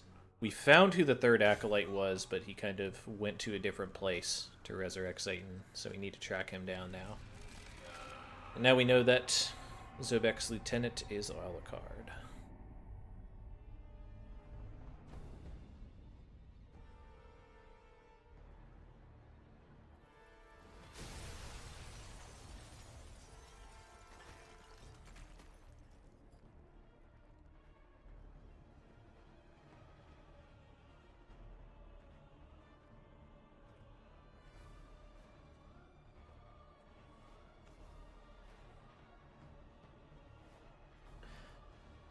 So, time to hunt down the Satan and beat him up again. We must separate So if you remember in the first game, to find Gabriel beat down Satan when he had the Mask of God with his bare hands, pretty much, with the combat I'll cross. let you know if I find him.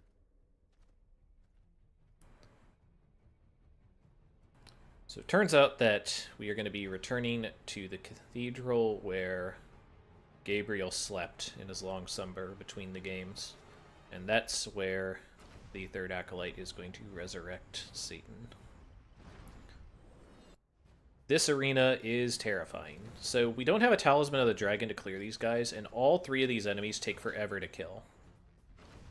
So what we need to do is I move behind the riot mech here, because these enemies fight each other. What I'm trying to do is have that other demon start fighting the mech. And if I can get that to happen, then I can make this climb. And sometimes you can just not make it up there. Like, they can shoot you and there's just no way you can get up. You can lose a lot of time there if they won't let you up, because those guys take forever to kill. Luckily, that strategy that I just showed there is pretty decent. I've had pretty strong success rate with it.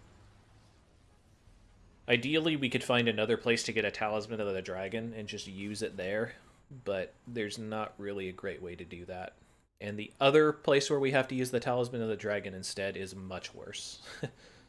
So, it's like, which of these terrible areas are you going to use your ignore this fight relic on?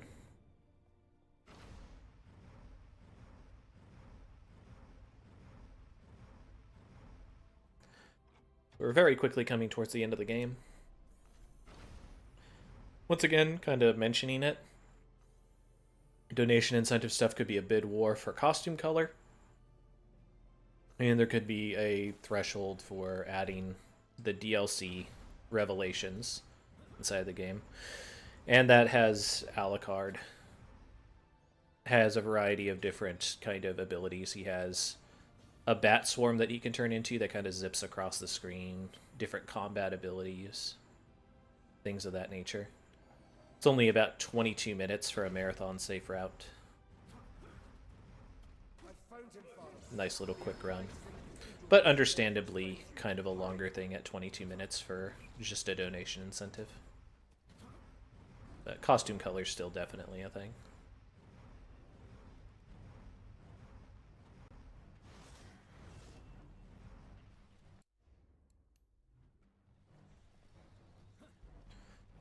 So we're going to go ahead and make our way to the final cutscene. We're going to have one more Mirror of Fate puzzle to go through. We have to reconstruct the mirror. And then after that, we're going to have the final content warning for this. The first one, as mentioned, was the family at the beginning. We skip most of the most graphic parts of that, so that's not the biggest concern. But there was the nudity on the Dark Crystal during the fight with Victor.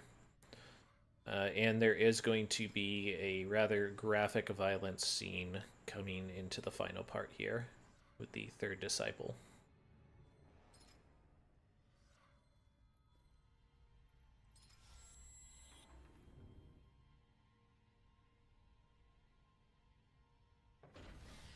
And as mentioned, there's no way that I can skip this or the nudity, unfortunately, so...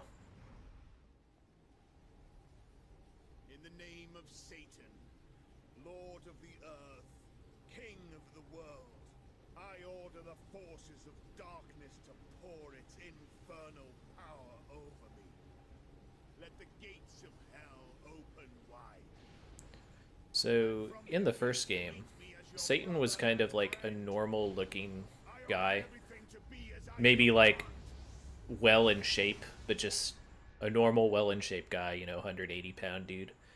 Well, after Gabriel beat his butt with fist fighting, divine fisticuffs, turns out Satan's been hitting the juice super hard. He also decided to put on a metal codpiece, which we'll get a nice view of here in the future.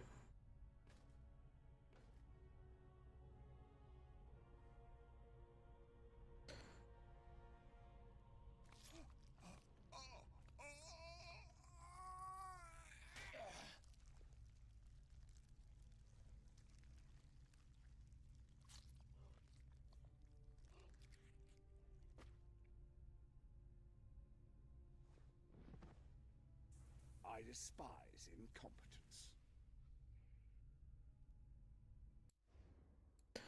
And now we're going to go ahead and make our way up Leviathan. The idea here is to break the chains of Leviathan to control it. Send it plummeting back to the earth. At the top of this, we're going to have to fight some of those specters again. I do not think the specters here can form a fire elemental guy. But one of the annoying things about them is because of how this section interacts with the scrolling on it, we can't use explosive earthquake to fight them. We do have to use fire cover to deal damage to them, which is a bit annoying. These gouts are random. I can't really do anything about them.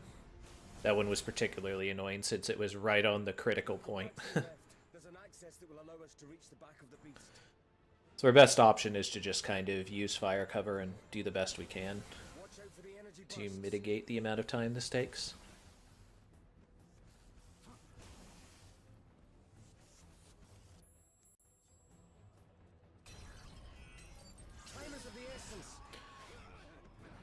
So we're going to have one more fight after this one.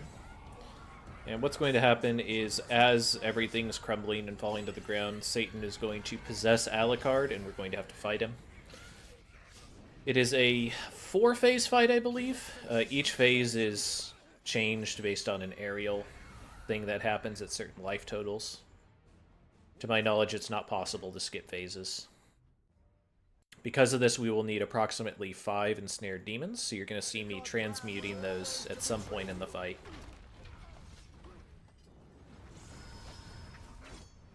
And we're really just hoping for some good luck here on patterns. Once again, just because of how much he moves here, Explosive Earthquake's kind of the best option for us for making sure that we can guarantee hits on him while dealing good damage.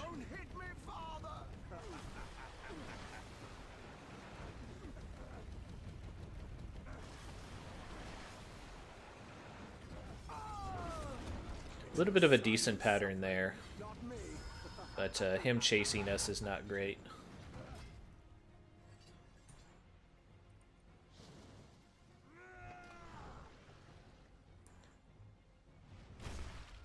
So this is the aerial phase I was referring to. Unfortunately, this also burns our ensnared demon time, so that's why we need so many of these. And this fight does take such a appreciable portion of time.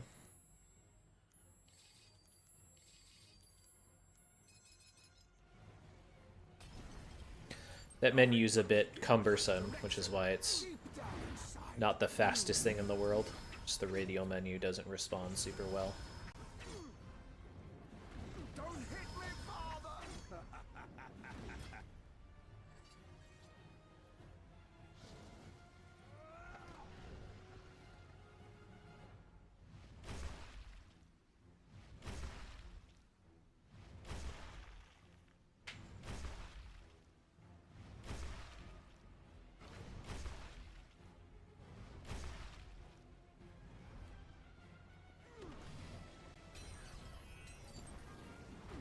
I mean, this is just cleanup at this point. But yeah, as you can see, pretty different run than Lords of Shadow 1. While Lords of Shadow 1 is heavily favoring, like, just the movement and crazy sequence breaks and glitches, this is a much more straightforward run. A little bit better presentation value. A little bit more focused on combat, but definitely not as much appeal to me personally. Lords of Shadow 1 kind of has a lot of the stuff that I really love in speedrunning. But this is a nice change of pace as a secondary option to show off for people. Alucard's plan was always to betray you. And that is going to be time here.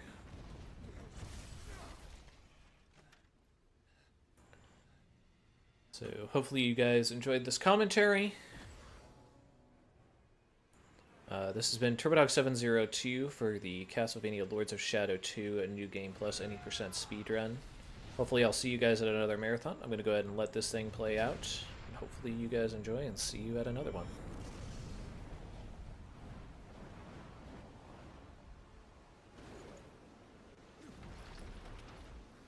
What now, Prince of Darkness? Are you going to kill your son again?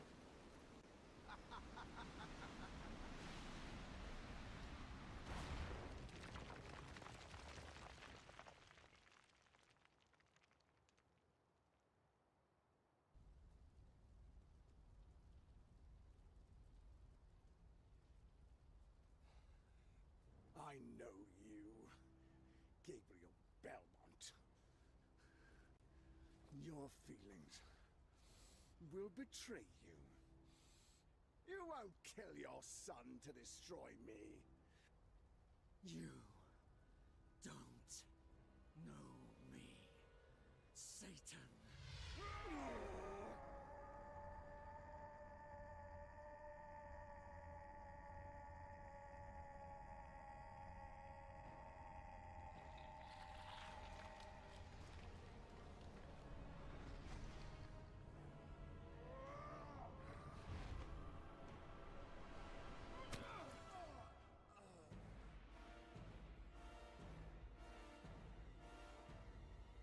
You were wrong about me.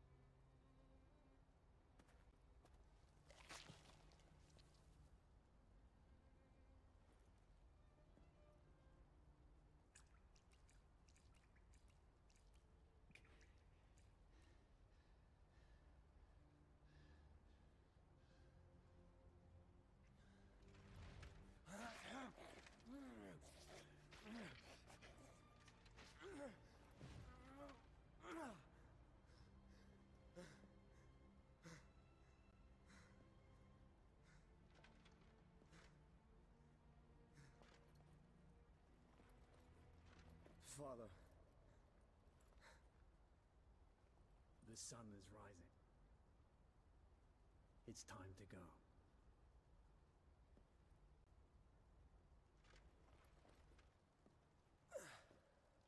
What happens now?